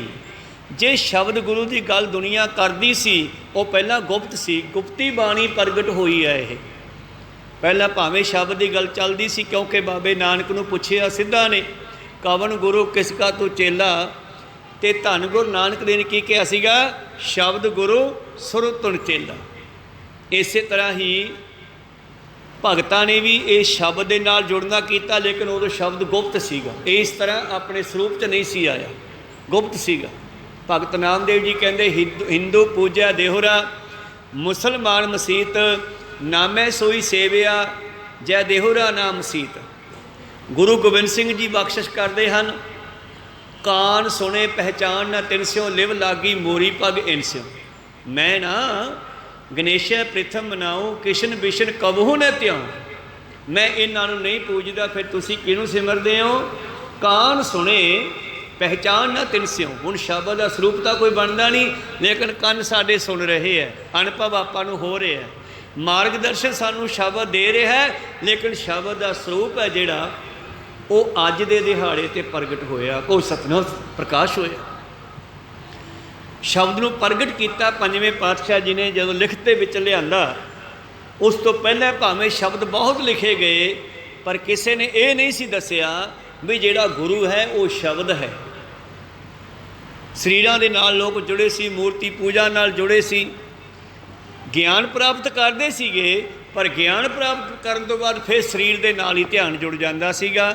ਸਤਿਗੁਰਾਂ ਨੇ ਕਿਹਾ, ਮੇਰਾ ਰੂਪ ਗ੍ਰੰਥ ਜੀ ਜਾਣ, ਇਸ ਮੈਂ ਭੇਦ ਨਾ ਰੰਚ ਕਮਾਣ, ਜੋ ਮੁਝ ਬਚਨ ਕਰਨ ਕੀ ਚਾਹੇ, ਗ੍ਰੰਥ ਵਿਚਾਰ ਸੁਣੋ ਚਿਤ ਲਾਏ, ਆਤਮਾ ਗ੍ਰੰਥ ਤੇ ਸਰੀਰ ਮੇਰਾ ਪੰਥ ਜਾਣੋ। ਸਰੀਰ ਕਰਕੇ ਮੈਂ ਸੰਗਤ ਵਿੱਚ ਵਰਤਾਂਗਾ ਅਤੇ ਬੋਲਾਂਗਾ, ਮੇਰੀ ਜ਼ਮੀਰ ਮੇਰੀ ਆਤਮਾ ਬੋਲੇਗੀ ਗ੍ਰੰਥ 'ਚੋਂ। ਕੋਈ ਸਤਿਨਾਮ। ਜੇ ਤੁਸੀਂ ਮੈਨੂੰ ਮਿਲਣਾ ਤਾਂ ਸ਼ਬਦ ਖੋਜ ਸ਼ਬਦ ਮੈਂ ਲਈ। ਖੈਰ, ਬਾਬਾ ਬੁੱਢਾ ਜੀ ਨੂੰ ਕਹਿਣ ਲੱਗੇ, ਮਿੱਤਰਾ ਹੁਣ ਪ੍ਰਕਾਸ਼ ਕਰੋ, ਭਾਵ ਰਮਾਲੇ ਦੇ ਵਿੱਚੋਂ ਗੁਰਬਾਣੀ ਨੂੰ ਪ੍ਰਕਾਸ਼ ਕਰੋ। ਸਤਿਗੁਰੂ ਪਾਤਸ਼ਾਹ ਜੀ ਕਹਿੰਦੇ, ਬੋਲੇ ਸਤਿਗੁਰ ਬਾਬਾ ਬੁੱਢਾ ਜੀ, ਬੁੱਢਾ ਲਿਹੋ ਆਵਾਜ਼ਾਂ, ਹੁਕਮਨਾਮਾ ਲਓ ਔਰ ਸਾਰੇ ਪੰਥ ਨੂੰ ਸੁਣੇ ਸਭ ਪੰਥ। ਸਾਰੀ ਸੰਗਤ ਸੁਣੋ ਬਈ ਕੀ ਹੁਕਮਨਾਮਾ ਆਉਂਦਾ ਹੈ। ਅਤੇ ਉਸ ਵੇਲੇ ਫਿਰ ਬਾਬਾ ਬੁੱਢਾ ਜੀ ਨੇ ਗੁਰੂ ਗ੍ਰੰਥ ਸਾਹਿਬ ਜੀ ਦਾ ਪ੍ਰਕਾਸ਼ ਕੀਤਾ। ਜਿਸ ਵੇਲੇ ਪ੍ਰਕਾਸ਼ ਹੋਇਆ ਸ੍ਰੀ ਗ੍ਰੰਥ ਸਾਹਿਬ ਮਹਾਰਾਜ ਜੀ ਦਾ, ਔਰ ਪ੍ਰਕਾਸ਼ ਕਰਦਿਆਂ ਜੋ ਅੰਗ ਖੁੱਲ੍ਹੇ ਉਹ ਸੂਹੀ ਰਾਗ ਦੇ ਵਿੱਚ ਖੁੱਲ੍ਹੇ, ਔਰ ਗੁਰੂ ਪਿਆਰੂ ਸ਼ਬਦ ਉਚਾਰਨ ਕੀਤਾ ਸਤਿਗੁਰਾਂ ਨੇ, ਸੂਹੀ ਮਹੱਲਾ ਪੰਜਵਾ, ਸੰਤਾਂ ਕੇ ਕਾਰਜ ਆਪ ਖਲੋਇਆ, ਹਰ ਕੰਮ ਕਰਾਵਣ ਆਇਆ ਰਾਮ, ਧਰਤ ਸੁਹਾਵੀ ਤਾਲ ਸੁਹਾਵਾ, ਵਿੱਚ ਅੰਮ੍ਰਿਤ ਜਲ ਛਾਇਆ ਰਾਮ। ਕਿਸੇ ਵੇਲੇ ਇਹ ਬਚਨ ਸਤਿਗੁਰਾਂ ਨੇ ਸੰਗਤਾਂ ਨਾਲ ਉੱਦਾਂ ਸਾਂਝੇ ਕੀਤੇ ਸੀ ਵਾਰਤਾ 'ਚ। ਜਿਸ ਵੇਲੇ ਹਰਿਮੰਦਰ ਸਾਹਿਬ ਦੇ ਸਰੋਵਰ ਦੀ ਪਟਾਈ ਹੋ ਰਹੀ ਸੀ ਨਾ, ਇੱਕ ਦਿਨ ਸੰਗਤਾਂ ਨੇ ਕੀ ਵੇਖਿਆ ਕਿ ਬੜੇ ਸੁੰਦਰ ਸੁੰਦਰ ਸਰੂਪ, ਸੁੰਦਰ ਸੁੰਦਰ ਸਰੀਰ, ਗੋਰੇ ਸੋਨੇ ਵਾਂਗੂ ਚਮਕਦੇ ਹਰਿਮੰਦਰ ਸਾਹਿਬ ਵਾਲੇ ਸਰੋਵਰ ਦੇ ਵਿੱਚ ਉਤਰੇ। ਪਟਾਈ ਚੱਲ ਰਹੀ ਸੀ। ਤੇ ਗੁਰੂ ਪਿਆਰਿਓ, ਧੰਨ ਧੰਨ ਸ੍ਰੀ ਗੁਰੂ ਅਰਜਨ ਦੇਵ ਜੀ ਵੀ ਉੱਠ ਕੇ ਪਰਿਕਰਮਾ 'ਚੋਂ ਵਿੱਚ ਚਲੇ ਗਏ। ਉਹਨਾਂ ਵਿੱਚੋਂ ਇੱਕ ਬੜਾ ਹੀ ਸੁੰਦਰ ਸੂਰਜ ਦੀ ਨਿਆਈ ਚਮਕਦਾ ਚਿਹਰਾ ਗੁਰੂ ਅਰਜਨ ਦੇਵ ਜੀ ਦੇ ਹੱਥ 'ਚ ਹੱਥ ਫੜ ਲਿਆ। ਕਹੋ ਸਤਨਾਮ। ਉੱਥੇ ਘੁੰਮਣ ਲੱਗੇ ਸਰੋਵਰ ਦੇ ਵਿੱਚ, ਗੱਲਾਂ ਬਾਤਾਂ ਕਰਨ ਲੱਗੇ। ਘੁੰਮਦੇ ਘੁੰਮਦੇ ਕਿੱਥੇ ਪਹੁੰਚੇ? ਜਿੱਥੇ ਹਰਿਮੰਦਰ ਸਾਹਿਬ ਦੀ ਪਿਛਲੀ ਸਾਈਡ ਆ, ਜਿਹਨੂੰ ਤੁਸੀਂ ਹਰ ਕੀ ਪੌੜੀ ਕਹਿੰਦੇ ਹੋ। ਕਹਿੰਦੇ ਉੱਥੇ ਆ ਕੇ ਉਹ ਪਰਮੇਸ਼ਰ ਸਰੂਪ ਖੜ ਗਏ। ਖਰੇ ਦੂਜੇ ਦਿਨ ਪਤਾ ਲੱਗਿਆ ਇਸ ਗੱਲ ਦਾ ਆਪਾਂ ਨੂੰ ਤਾਂ ਕਹਿੰਦੇ ਉਹ ਖੜ ਗਏ, ਤੇ ਖੜ ਕੇ ਤੇ ਉੱਥੇ ਕਹਿੰਦੇ ਉਹਨਾਂ ਨੇ ਟੱਕ ਲਾਇਆ, ਕਹੀ ਲੈ ਕੇ ਟੱਕ ਮਾਰਿਆ। ਇਸ ਕਰਕੇ ਉਹਨੂੰ ਹਰ ਕੀ ਪੌੜੀ ਕਹਿੰਦੇ। ਇੱਥੇ ਹਰੀ ਨੇ ਆ ਕੇ ਟੱਕ ਮਾਰਿਆ, ਹਰੀ ਨੇ ਵੀ ਕਹੀ ਚਲਾਈ ਆ। ਹਰੀ ਦੇ ਸਾਥੀ ਦੇਵਤੇ ਪਰਮੇਸ਼ਰ ਦੇ ਰੂਪ ਦਿਵਯ ਰੂਹਾਂ ਵੀ ਆ ਕੇ ਇੱਥੇ ਸੇਵਾ ਕਰ ਗਈਆਂ। ਔਰ ਕਿਹਾ ਅਰਜਨ ਦੇਵ ਹੁਣ ਇੱਥੇ ਮੇਰਾ ਘਰ ਬਣ ਜਾਵੇ। ਭਾਵ ਹਰੀ ਮੰਦਰ ਦਾ ਅਰਥ ਹੈ ਹਰਮੰਦਰ। ਇਹਨੂੰ ਗੋਲਡਨ ਟੈਂਪਲ ਦੁਨੀਆ ਕਹਿਣ ਲੱਗ ਪਈ ਹੈ। ਇਹ ਸੋਨੇ ਦਾ ਘਰ ਨਹੀਂ ਹੈਗਾ, ਹਰੀ ਦਾ ਘਰ ਹੈ। ਅਸਲ ਵਿੱਚ ਅਸਲੀ ਨਾਮ ਹਰੀ ਮੰਦਰ ਹੈ। ਕਹੋ ਸਤਨਾਮ। ਅਸਲੀ ਨਾਮ ਹਰੀ ਮੰਦਰ ਹੈ। ਚਲੋ ਅੰਗਰੇਜ਼ਾਂ ਨੇ ਉਸ ਨੂੰ ਬਾਹਰੋਂ ਸੋਨਾ ਚੜਾ ਦਿੱਤਾ, ਸੋਨਾ ਦੇਖ ਕੇ ਗੋਲਡਨ ਟੈਂਪਲ ਕਹਿਣ ਲੱਗ ਪਏ, ਪਰ ਇਹ ਸ਼ਬਦ ਸਹੀ ਨਹੀਂ ਹੈ। ਅਸਲੀ ਨਾਮ ਹਰੀ ਮੰਦਰ ਹੈ। ਹਰਮੰਦਰ ਹਰ ਜੀਉ ਸਾਜਿਆ, ਹਰੀ ਨੇ ਕਿਹਾ। ਫਿਰ ਉੱਥੇ ਸਾਰਾ ਨਕਸ਼ਾ ਕਹਿੰਦੇ ਸਤਿਗੁਰੂ ਅਰਜਨ ਦੇਵ ਜੀ ਨੂੰ ਪਰਮੇਸ਼ਰ ਨੇ ਦਿੱਤਾ ਵੀ ਇਸ ਤਰ੍ਹਾਂ ਸਾਰਾ ਬਣੇ। ਤਾਂ ਦੂਸਰੇ ਦਿਨ ਸੰਗਤਾਂ ਨੇ ਪੁੱਛਿਆ ਦੀਵਾਨ ਵਿੱਚ, ਮਹਾਰਾਜ ਕੱਲ੍ਹ ਉਹ ਦਿਵਯ ਰੂਹਾਂ, ਉਹ ਸੁੰਦਰ ਸਰੀਰ ਕੌਣ ਸੀਗੇ? ਤਾਂ ਗੁਰੂ ਅਰਜਨ ਦੇਵ ਨੇ ਉਹਦੇ ਵਾਰਤਾ 'ਚ ਦੱਸਿਆ ਸੀਗਾ, ਸਿੱਖੋ ਇਹ ਪਰਮੇਸ਼ਰ ਤੇ ਉਹਦੇ ਦੇਵਗਣ ਆਏ ਸੀ ਸਾਰੇ ਨਾਲ। ਕਹਿੰਦੇ ਇਹ ਤਾਂ ਬੜਾ ਸੁੰਦਰ ਜਗ੍ਹਾ ਬਣ ਗਈ ਹੈ, ਸਰੋਵਰ ਪੱਟਿਆ ਗਿਆ, ਹੁਣ ਇਹਦੇ ਵਿੱਚ ਮੇਰਾ ਘਰ ਬਣਾ ਦਿਓ। ਉਹ ਹਰੀ ਆਪ ਸੀਗਾ। ਤੇ ਉਸ ਤੋਂ ਬਾਅਦ ਉਹਨਾਂ ਨੇ ਜਦ ਬਾਣੀ ਉਚਾਰਨ ਕੀਤੀ, ਸੰਕਲਨ ਕੀਤੀ, ਉਸ ਵੇਲੇ ਫਿਰ ਉਹਨਾਂ ਨੇ ਉਹ ਇਤਿਹਾਸ ਦੇ ਪਹਿਲੂ ਵੀ ਆਪਣੇ ਸ਼ਬਦ ਵਿੱਚ ਰੱਖ ਦਿੱਤੇ। ਕਹੋ ਸਤਨਾਮ।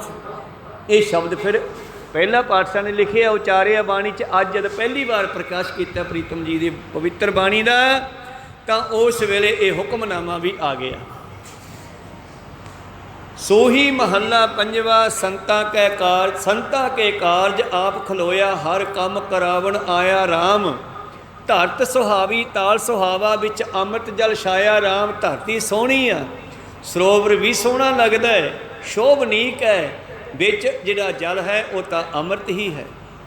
ਅੰਮ੍ਰਿਤ ਜਲ ਛਾਇਆ ਪੂਰਨ ਸਾਜ ਕਰਾਇਆ, ਸਗਲ ਮਨੋਰਥ ਪੂਰੇ। ਜਿਹੜਾ ਕਾਰਜ ਬਾਬੇ ਨਾਨਕ ਨੇ ਆਰੰਭਿਆ ਸੀਗਾ ਉਹ ਲਗਭਗ 5ਵੇਂ ਜਾਮੇ ਤੱਕ ਵੀ ਪੂਰਾ ਕਰ ਦਿੱਤਾ ਲਗਭਗ, ਪਰ ਜਿਹੜਾ ਘਾਟ ਸੀ ਉਹ 10ਵੇਂ ਜਾਮੇ ਜਾ ਕੇ ਸੰਪੂਰਨ ਹੋ ਗਿਆ। ਖੈਰ, ਸਗਲ ਮਨੋਰਥ ਪੂਰੇ। ਜਿਸ ਕੰਮ ਲਈ ਪਰਮੇਸ਼ਰ ਆਇਆ ਸੀ ਨਾਨਕ ਬਣ ਕੇ, ਉਹ ਸ਼ਬਦ ਨੂੰ ਅੱਜ ਪ੍ਰਗਟ ਕਰ ਦਿੱਤਾ ਹੈ। ਅੱਜ ਦੇ ਦਿਹਾੜੇ ਤੇ 1604 ਦੇ ਵਿੱਚ। ਕਹੋ ਸਤਨਾਮ। ਅਗਸਤ 1604। ਅੰਗਰੇਜ਼ੀ ਡੇਟਾਂ ਮਾੜੀ ਮੋਟੀਆਂ ਗਾਂਹ ਪਿਛਾਂਹ ਹੁੰਦੀਆਂ ਰਹਿੰਦੀਆਂ, ਪਰ ਦੇਸੀ ਮਹੀਨੇ ਉਸੇ ਤਰ੍ਹਾਂ ਚੱਲਦੇ ਆ। ਅਗਸਤ ਦਾ ਮਹੀਨਾ ਸੀਗਾ 1604 ਦੇ ਵਿੱਚ, ਔਰ ਸੰਮਤ 1601 ਸੀ। ਇਸ ਤਰ੍ਹਾਂ ਗੁਰੂ ਪਿਆਰਿਓ, ਸਤਿਗੁਰੂ ਪਾਤਸ਼ਾਹ ਜੀ ਨੇ ਬਖਸ਼ਿਸ਼ ਕੀਤੀ। ਜਿਸ ਵੇਲੇ ਇਹ ਸ਼ਬਦ ਉਚਾਰਨ ਹੋਇਆ, ਸਗਲ ਮਨੋਰਥ ਪੂਰੇ, ਜੈ ਜੈਕਾਰ ਭਇਆ ਜਗ ਅੰਤਰ ਲਾਥੇ ਸਗਲ ਬਸੂਰੇ। ਹੁਣ ਡਾਇਰੈਕਟ ਲੋਕਾਂ ਨੂੰ ਇਹ ਦੱਸਿਆ ਜਾ ਸਕਦਾ ਕਿ ਰੱਬ ਕੀ ਹੈ। ਦੁਨੀਆ ਰੱਬ ਲੱਭਦੀ ਫਿਰਦੀ ਹੈ ਨਾ। ਵਾਹੋ ਵਾਹੋ, ਬਾਣੀ ਨਿਰੰਕਾਰ ਹੈ, ਉਹ ਗਿਆਨ ਹੀ ਰੱਬ ਹੈ ਅਸਲ ਵਿੱਚ। ਕਹੋ ਸਤਨਾਮ। ਜੋ ਗੁਰਬਾਣੀ ਹੈ ਇਹ ਰੱਬ ਹੈ। ਇਹ ਸਾਡਾ ਮਾਰਗ ਦਰਸ਼ਨ ਕਰਨ ਵਾਸਤੇ ਆਈ ਆ। ਧੁਰ ਕੀ ਬਾਣੀ ਆਈ, ਤਿਨ ਸਗਲੀ ਚਿੰਤ ਮਿਟਾਈ। ਬਾਹੋ ਬਾਹੋ, ਬਾਣੀ ਨਿਰੰਕਾਰ ਹੈ, ਤਿਸ ਜੇਵੜ ਅਵਰ ਨਾ ਕੋਏ। ਕਿੰਨੀਆਂ ਉਦਾਹਰਨਾਂ ਬਾਣੀ ਸਾਨੂੰ ਰੱਖੀਆਂ ਇਸ ਪ੍ਰਥਾਏ ਕਿ ਸੰਸਾਰ ਨੂੰ ਕੋਈ ਭੁਲੇਖਾ ਨਾ ਪੈ ਜਾਵੇ। ਕਹਿੰਦੇ ਲਾਥੇ ਸਗਲ ਵਿਛੂਰੇ। ਹੁਣ ਸੰਸਾਰ ਦੇ ਵਿਛੋੜੇ ਜਿਹੜੇ ਪਰਮੇਸ਼ਰ ਨਾਲੋਂ ਦੁਨੀਆ ਦੇ ਪਏ ਹੋਏ ਨੇ, ਇਹ ਸਾਰੇ ਦੂਰ ਹੋ ਗਏ। ਸਤਿਗੁਰੂ ਪਾਤਸ਼ਾਹ ਜੀ ਕਹਿੰਦੇ ਪੂਰਨ ਪੁਰਖ ਅਚੁੱਤ ਅਬਿਨਾਸੀ। ਉਹ ਪੂਰਨ ਪੁਰਖ ਪਰਮੇਸ਼ਰ ਅਚੁੱਤ, ਅਚੁੱਤ ਹੁੰਦਾ ਸਭ ਦਾ ਪਿਆਰਾ, ਸਭ ਨੂੰ ਪਿਆਰ ਕਰਨ ਵਾਲਾ ਅਬਿਨਾਸ਼ੀ। ਜਸ ਵੇਦ ਪੁਰਾਣੀ ਗਾਇਆ, ਜਿਹਦੀਆਂ ਸਿਫਤਾਂ ਪੁਰਾਣੇ ਵੇਦਾਂ ਗ੍ਰੰਥਾਂ ਕੁਰਾਨ ਪੁਰਾਣ ਵਿੱਚ ਵੀ ਪਈਆਂ। ਆਪਣਾ ਬਿਰਦ ਰੱਖਿਆ ਪਰਮੇਸ਼ਰ, ਨਾਨਕ ਨਾਮ ਧਿਆਇਆ। ਉਹਨੇ ਆਪਣੇ ਸਿੱਖਾਂ ਦੀ, ਸੇਵਕਾਂ ਦੀ ਆਪ ਲਾਜ ਰੱਖੀ। ਆਪਣੇ ਨਾਮ ਨੂੰ ਜਦੋਂ ਜਪਣਾ ਕੀਤਾ ਤੇ ਉਹਨੇ ਆਪ ਆ ਕੇ ਕਾਰਜ ਪੂਰਾ ਕੀਤਾ। ਫਿਰ ਉੱਥੇ ਸਤਿਗੁਰੂ ਪਾਤਸ਼ਾਹ ਜੀ ਬਖਸ਼ਾਂ ਦਿੰਦੇ ਹਨ, ਵਰ ਦਿੰਦੇ ਹਨ। ਸਿੱਖੋ, ਇਹ ਸਥਾਨ ਦੇ ਉੱਤੇ निध नव निध रिध सिर दीने करते टोट ना आवे काई राम। और ये जगह सच जाणियो जिथे बीबी रजनी का पिंगला राजी होया ना, वो छपड़ी सी। पर ये छपड़ी किवें बनी? इत्थे सतगुरु रामदास जी ने आके टक लाया सीगा। गुरु अमरदास जी ने कहा सीगा कि उस जंगल दे विच एक अमृत कुंड है, वो अलोप हो गया, उन्होंने लभना करो। तो होया सी, बनिया करो सी ओह सरयुग दे विच इक्ष्वाकु राजा होया। एक इक्ष्वाकु राजा, इक्ष्वाकु राजा बड़ा धर्मी बंदा सीगा। उन्हें ये जंगल दे विच बहुत सारे ऋषियां मुनियां नूं बुला करके तपस्या भजन बंदगी करवाई सीगी। जिवें अजकल कोतरियां चलदियां, इस तरह उन्होंने ऋषियां नूं सद के भजन करवाया सी। काफ़ी भजन होया धरती दे विच, जिथे भजन किया जाता, जिथे जाए वह मेरा सतगुरु स्थान सुहावा राम राजे। कहते जिस वेले इक्ष्वाकु राजे ते परमेश्वर खुश आए ते होए ते आए उहदे कोल, हाँ भी राजा बोल की चाहिदा। कहता मैं चाहना कि आ जिहड़ी रचना बनी आ ये हमेशा ही बनी रहे, दुनिया का भला हुंदा रहे। परमेश्वर कहते एक बारी तो लोप हो जाऊगी, इनू अगे जाके कलयुग विच प्रगट करांगे। उहदे बारे सतगुरु अमरदास जी नूं पता सी। कहो सतनाम। सतगुरु अमरदास जी ने रामदास जी नूं कहा, पुत्रा लै गद्दी तैनूं मिल गई आ ते तू जा, तेरा इलाका वो माझे दे विच वो थां 1000 किला जमीन जिहड़ा आ पटा बीबी भानी नूं राजा अकबर प्यार च दे गया सीगा। उत्थे जा, उत्थे पिंड घर पसा अपने, उत्थे जाके प्रचार कर, उत्थे एक अमृत कुंड आ लभना शुरू कर। गुरु रामदास जी ने आके दसे मुताबक वल्ला डल्ला ये 3 पिंडां दे विचाले जिहड़ी जगह लभी उत्थे टक ला लिया, पटाई शुरू करती। पर समा थोड़ा सीगा, इस करके उन्होंने वापस बुला लिया गुरु अमरदास महाराज जी ने। मगरों मीह पे तो वह एक टोहा जा बन गया, कुंड जा बन गया, मिट्टी विच पै गई पोली होने करके वो टोहा बन गया, नीवा था बन गया, वो छपड़ी बन गई जिथे बीबी रजनी अपने कोड़ी नूं बिठा के चली गई सी। को सतनाम सी। उस कोड़ी ने की वेख्या कि कुछ काले कां कहंदे वो छपड़ी दे विच चुब्भी लाउंदे आ ते जद उड़दे आ ते चिट्टे होके उड़ जांदे आ। वो हैरान होया भी पानी विच कोई ताकत है, कोई करामात है, कोई शक्ति है। तो उस वेले उसने की किया, फिर अपनी खारी चो निकल के वो छपड़ी में चुब्भी लाती। जब डुबिया चुब्भी लाई तो ठीक हो गया, 9 बरना हो गया। रजनी मंग के बाहरों मुड़ी तो की वेखदी है, मेरा कोड़ी है नहीं है। नौजवान कौन बैठा, पुछदी मेरे घर वाला कित्थे आ? कहना मैं ही हाँ। तू तो नहीं होता कोड़ी सी? कहता छपड़ी च करामात है, कोई मैं ठीक हो गया, कहनी सब गलत है, मेरे पीछे लग्या होएगा, तो लड़ाई हुई। सिखा ने दसिया भी इत्थे नेड़े गुरु अर्जन देव जी सरोवर की पटाई करा रहे हैं, तुसी उत्थे जाके फैसला करा लो, लड़ो ना। क्योंकि सिखा भी समझ ना आई है, लकड़ां चुकते फिरदे सी उत्थे, कोई दोनों दियां गल्लां सच्चियां लग रही सन। तो फिर उत्थे गए। उस वेले संतोख ऋषि वाला सरोवर पट्टी जाते सी गुरु अर्जन देव जी, ये बारे पता नहीं सीगा अज तक। उत्थे जा गल क्लीयर होई, गुरु अर्जन ध्यान जोड़ के फिर वेख्या, गुरु अमरदास जी नूं कहने पुछया, महाराज ये की रौला दसो मैनू। तो कहते उही तो छपड़ी है जिथे रामदास ने टक लाया सीगा, असल विच ओह अमृत कुंड है, उत्थे जाके जिहड़ा है तुसी अमृत सरोवर नूं तैयार करो। को सतनाम। फिर वो अमृत कुंड बीबी रजनी वाला सीगा। फिर संतोख साहिब सरोवर भी तैयार होंदा रहा। फिर गुरु अर्जन देव जी ने आके इस जगह की निशान की, निशानदेही करके फिर वो पानी वो जल भी संभालिया छपड़ी का, फिर इत्थे पटाई की। इस करके ये पुरातन जगह है, अज दी नहीं। सरयुग दे विच भी इत्थे बहुत भजन बंदगी हुई आ।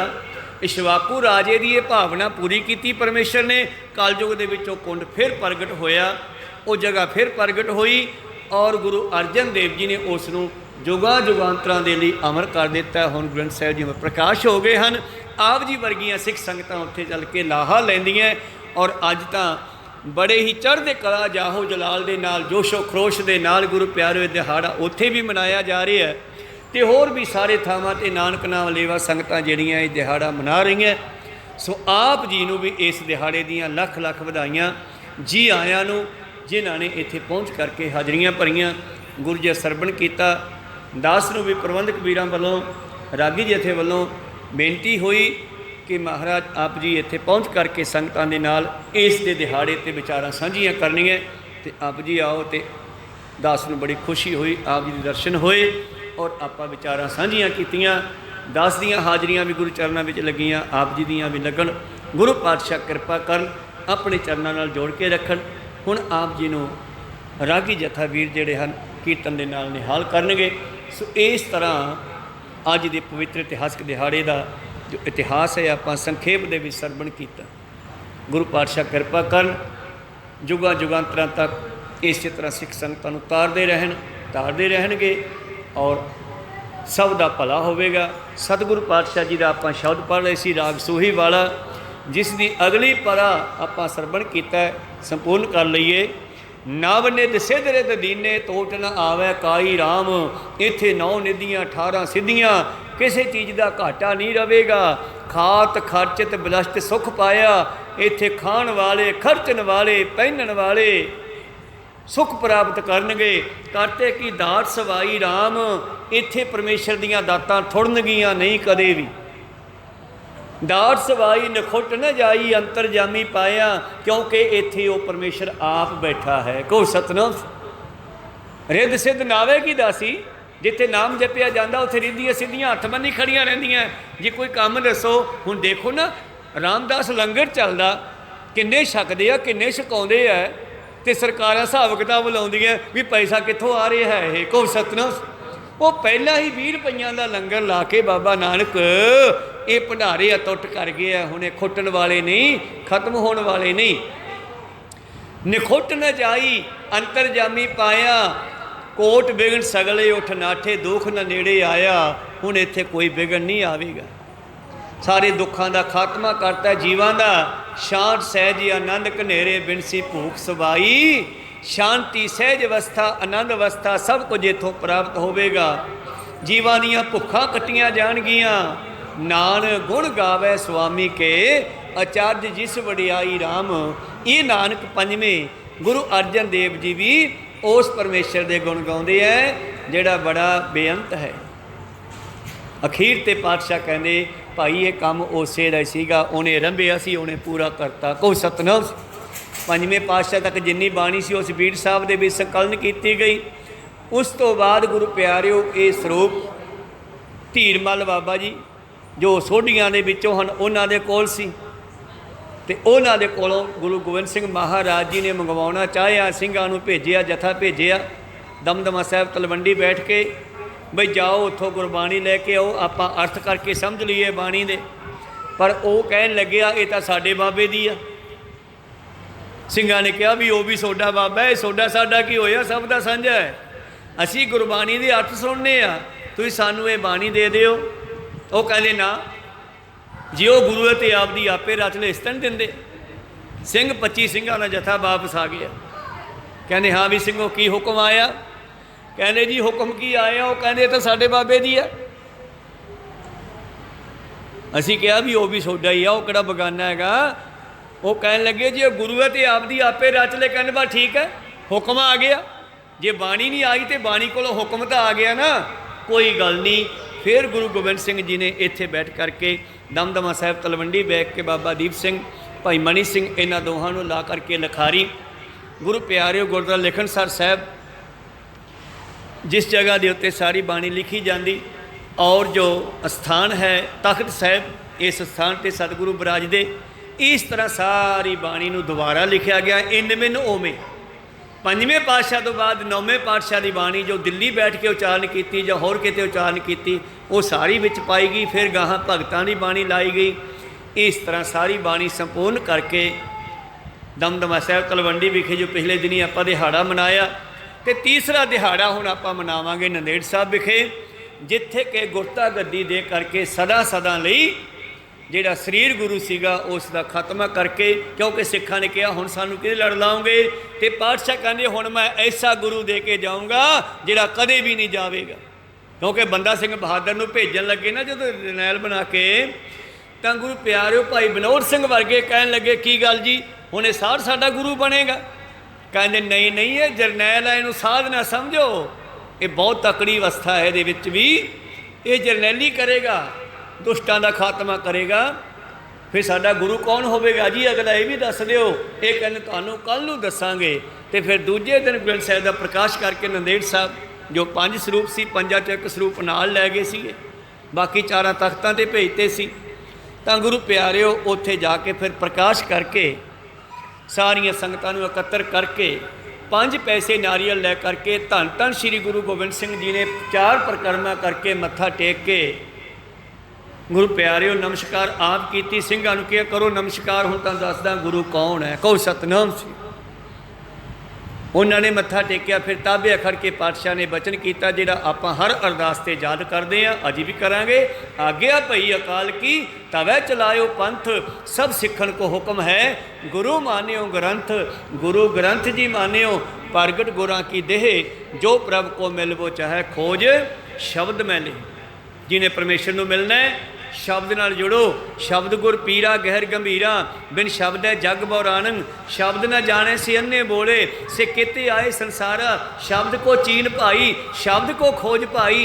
शब्द के चानने एक वस्त्र पाई। सिखो शब्द प्यारिओ जन्म मन की टेक। शब्द चो पैदा होया शब्द दे विच मिलना है। मुख उजल सदा सोई नानक सिमर टेक। सद विच कहंदे गुर शब्द समावे, अवर न जाने कोई जियो। अवरों न जाने शब्द गुर कै, एक नाम ते आवे। प्रसाद नानक गुरु अंगद परम पदवी पावे। जिमें गुरु अंगद देव ने पदवी प्राप्त की, तुसीं भी शब्द नाल समाउणा है। जे शब्द वाहिगुरू मंत्र जाप करांगे, मरदे होए वाहिगुरू वाहिगुरू कहांगे, बस जमना मरना खत्म। बड़ी सुंदर सतगुर ने जुगत बना दी है, सौखी सहज वसारी। गुरु कृपा करन। विचारा इत्थे रोकदे आ, विचारां समाप्त नहीं हुंदियां, समय के मुताबिक रोकना पैंदा। विचारा बेअंत है। सतगुर ने जिन्नियां करवाइयां सतगुरु प्रवान कर। अपने चरणों के विच हाजरियां और खुशे बख्शो। बोलदियां अखर बाद घाट हो जाते। सिख संगतां दे सतगुरु बख्शण योग है, बख्श लैना जी। बुलाओ फतेह पाओ फतेह। वाहिगुरू जी का खालसा, वाहिगुरू जी की फतेह।